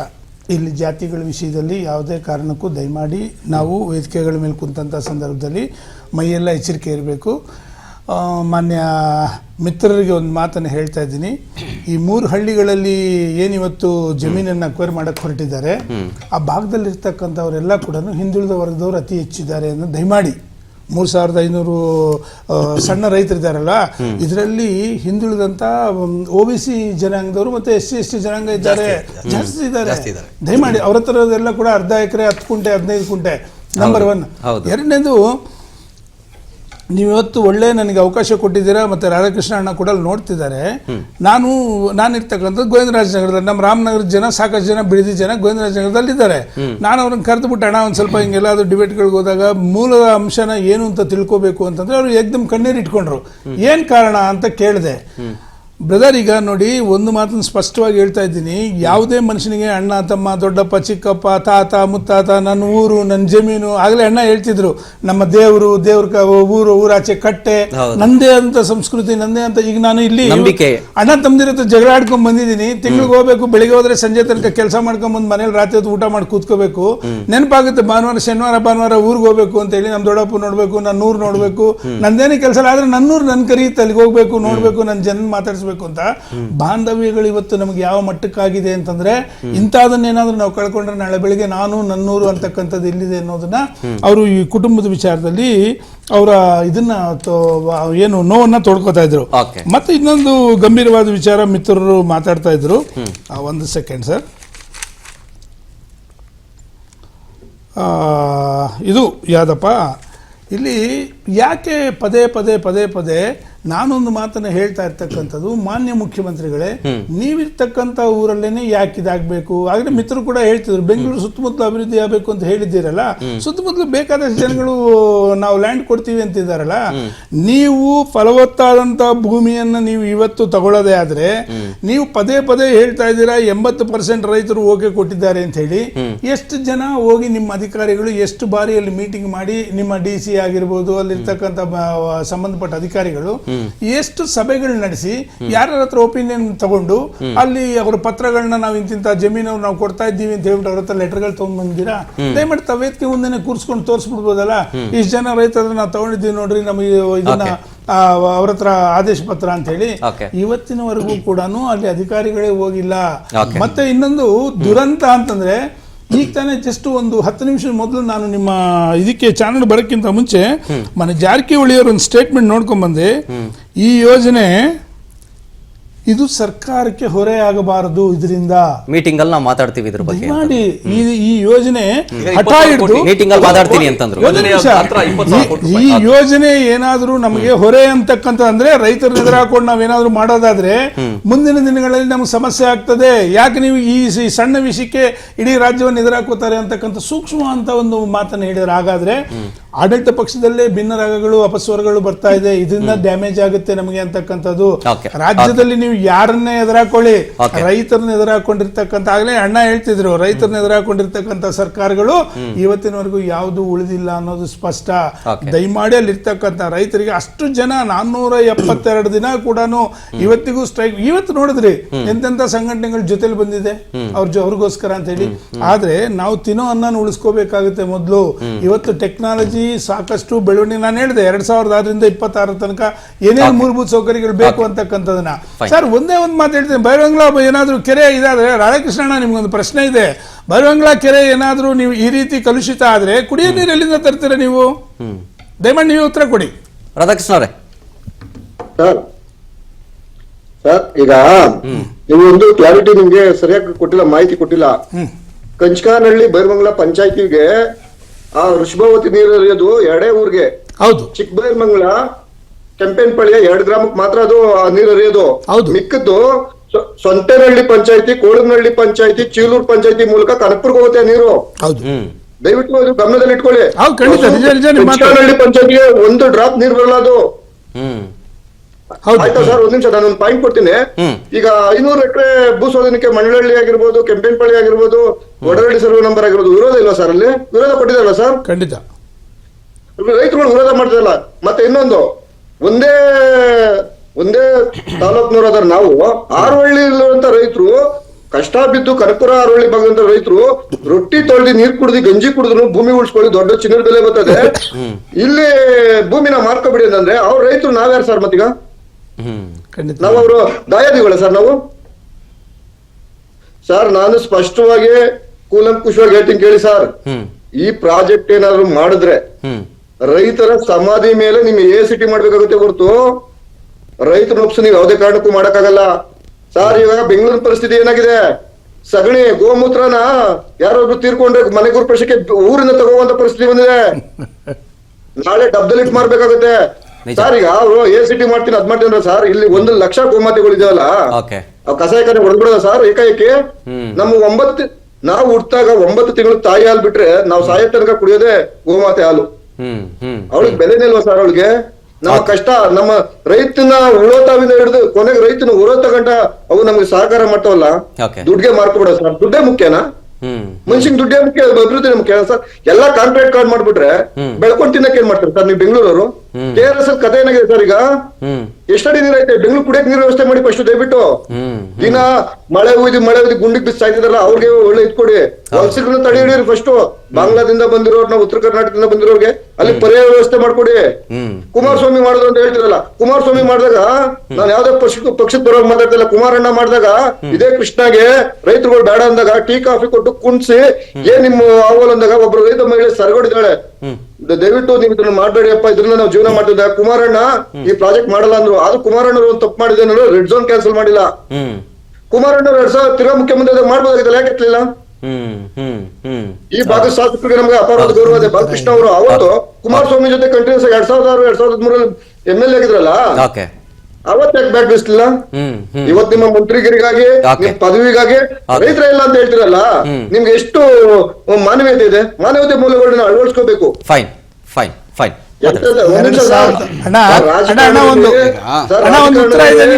ರಾಧಾಕೃಷ್ಣ ಉತ್ತರ ಕೊಡ್ತಾರೆ ನಿಮ್ಗೆ, JDS ವಕ್ತಾರರು ಕೇಳಿಸ್ಕೊಳ್ಳಿ. ನಿಮ್ಗೆ ಉತ್ತರ ಕೊಡ್ತಾ ಇದ್ದೀನಿ ರಾಧಾಕೃಷ್ಣ. ದಯಮಾಡಿ ಸನ್ಮಾನ್ಯ ಕುಮಾರಣ್ಣ ಅವರು 2006ನೇ ಇಸ್ವಿ ಸಮ್ಮಿಶ್ರ ಸರ್ಕಾರ ಇರುವಂತ ಸಂದರ್ಭದಲ್ಲಿ ಏನು ಅಲ್ಲಿರ್ತಕ್ಕಂಥ ರೈತರ ವಿರೋಧ 3 ಬಾರಿ ರೈತರನ್ನ ವಿಧಾನಸೌಧ ಕೃಷ್ಣ ಕರೆಸಿ ಮಾತಾಡಿದಂತ ಸಂದರ್ಭದಲ್ಲಿ ರೈತರು ಅವತ್ತು ಏನು ವಿರೋಧ ಮಾಡಿದ್ರು, ಕುಮಾರಣ್ಣ ಮತ್ತೆ ತಿರುಗಿ ಅವತ್ತು ಕ್ಯಾನ್ಸಲ್ ಮಾಡಿದ್ರು, ಮತ್ತೆ ತಿರುಗಿ ಅಧಿಕಾರ ಬಂದಿತ್ತು ಕುಮಾರಣ್ಣನಿಗೆ. ಅವತ್ತು ಅವ್ರು ಮನಸ್ಸು ಮಾಡಿದ್ರೆ ಮಾಡಬಹುದಾಗಿತ್ತು, ಅವತ್ತು ಕೂಡ ಮುಟ್ಟಲ್ಲ. ದಯವಿಟ್ಟು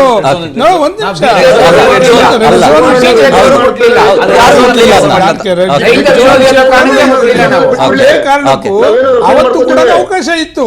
ಅವತ್ತು ಕೂಡ ಯಾವುದೇ ಕಾರಣಕ್ಕೂ ರೈತರ ವಿಷಯದಲ್ಲಿ ಗಂಭೀರವಾಗಿ ಅವರು ಯೋಚನೆ ಮಾಡಿ, ಶ್ರೀಮಾನ್ ದೇವೇಗೌಡರು ಅಷ್ಟೇನೆ ರೈತರ ವಿಷಯದಲ್ಲಿ ಯಾವತ್ತೂ ಕೂಡ ನಾವು ಕಾಳಜಿ ವಹಿಸಿದ್ದೀವಿ, ಅವ್ರ ಪರವಾಗೇ ಇರ್ತೀವಿ. S fine. Last 4 minutes. Okay Nataraj sir, final ಆಗಿ ಹೇಳ್ಬೇಕಂತಂದ್ರೆ, ಈಗ ನೀವು ಹೇಳಿದ್ರಿ ಬೆಂಗಳೂರು ಬೆಳೀತಾ ಇದೆ, ಸೊ ಹಾಗಾಗಿ ಸುತ್ತಮುತ್ತ ಭಾಗದನ್ನ ಕವರ್ ಮಾಡಿ ಈಗ ನೀವು AI ಹಬ್ ಅನ್ನ ಮಾಡಬೇಕು ಅಂತ ಹೇಳಿ.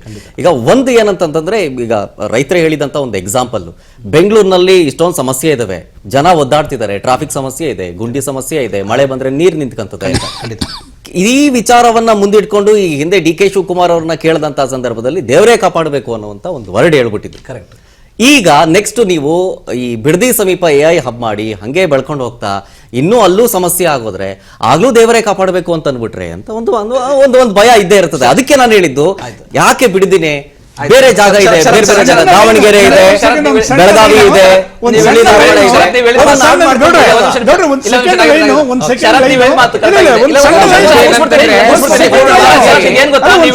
ಬೆಂಗಳೂರು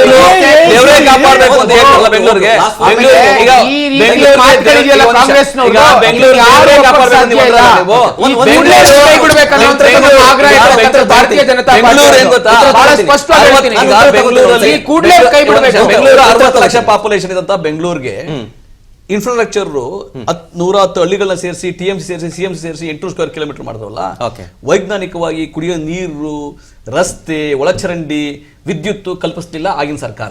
ಬಟ್ ನಾವು ಬಂದ ಮೇಲೆ 110 ಹಳ್ಳಿಗೂ ಕುಡಿಯೋ ನೀರಿನ ವ್ಯವಸ್ಥೆ ಮಾಡಿದೀವಿ. ಇವಾಗ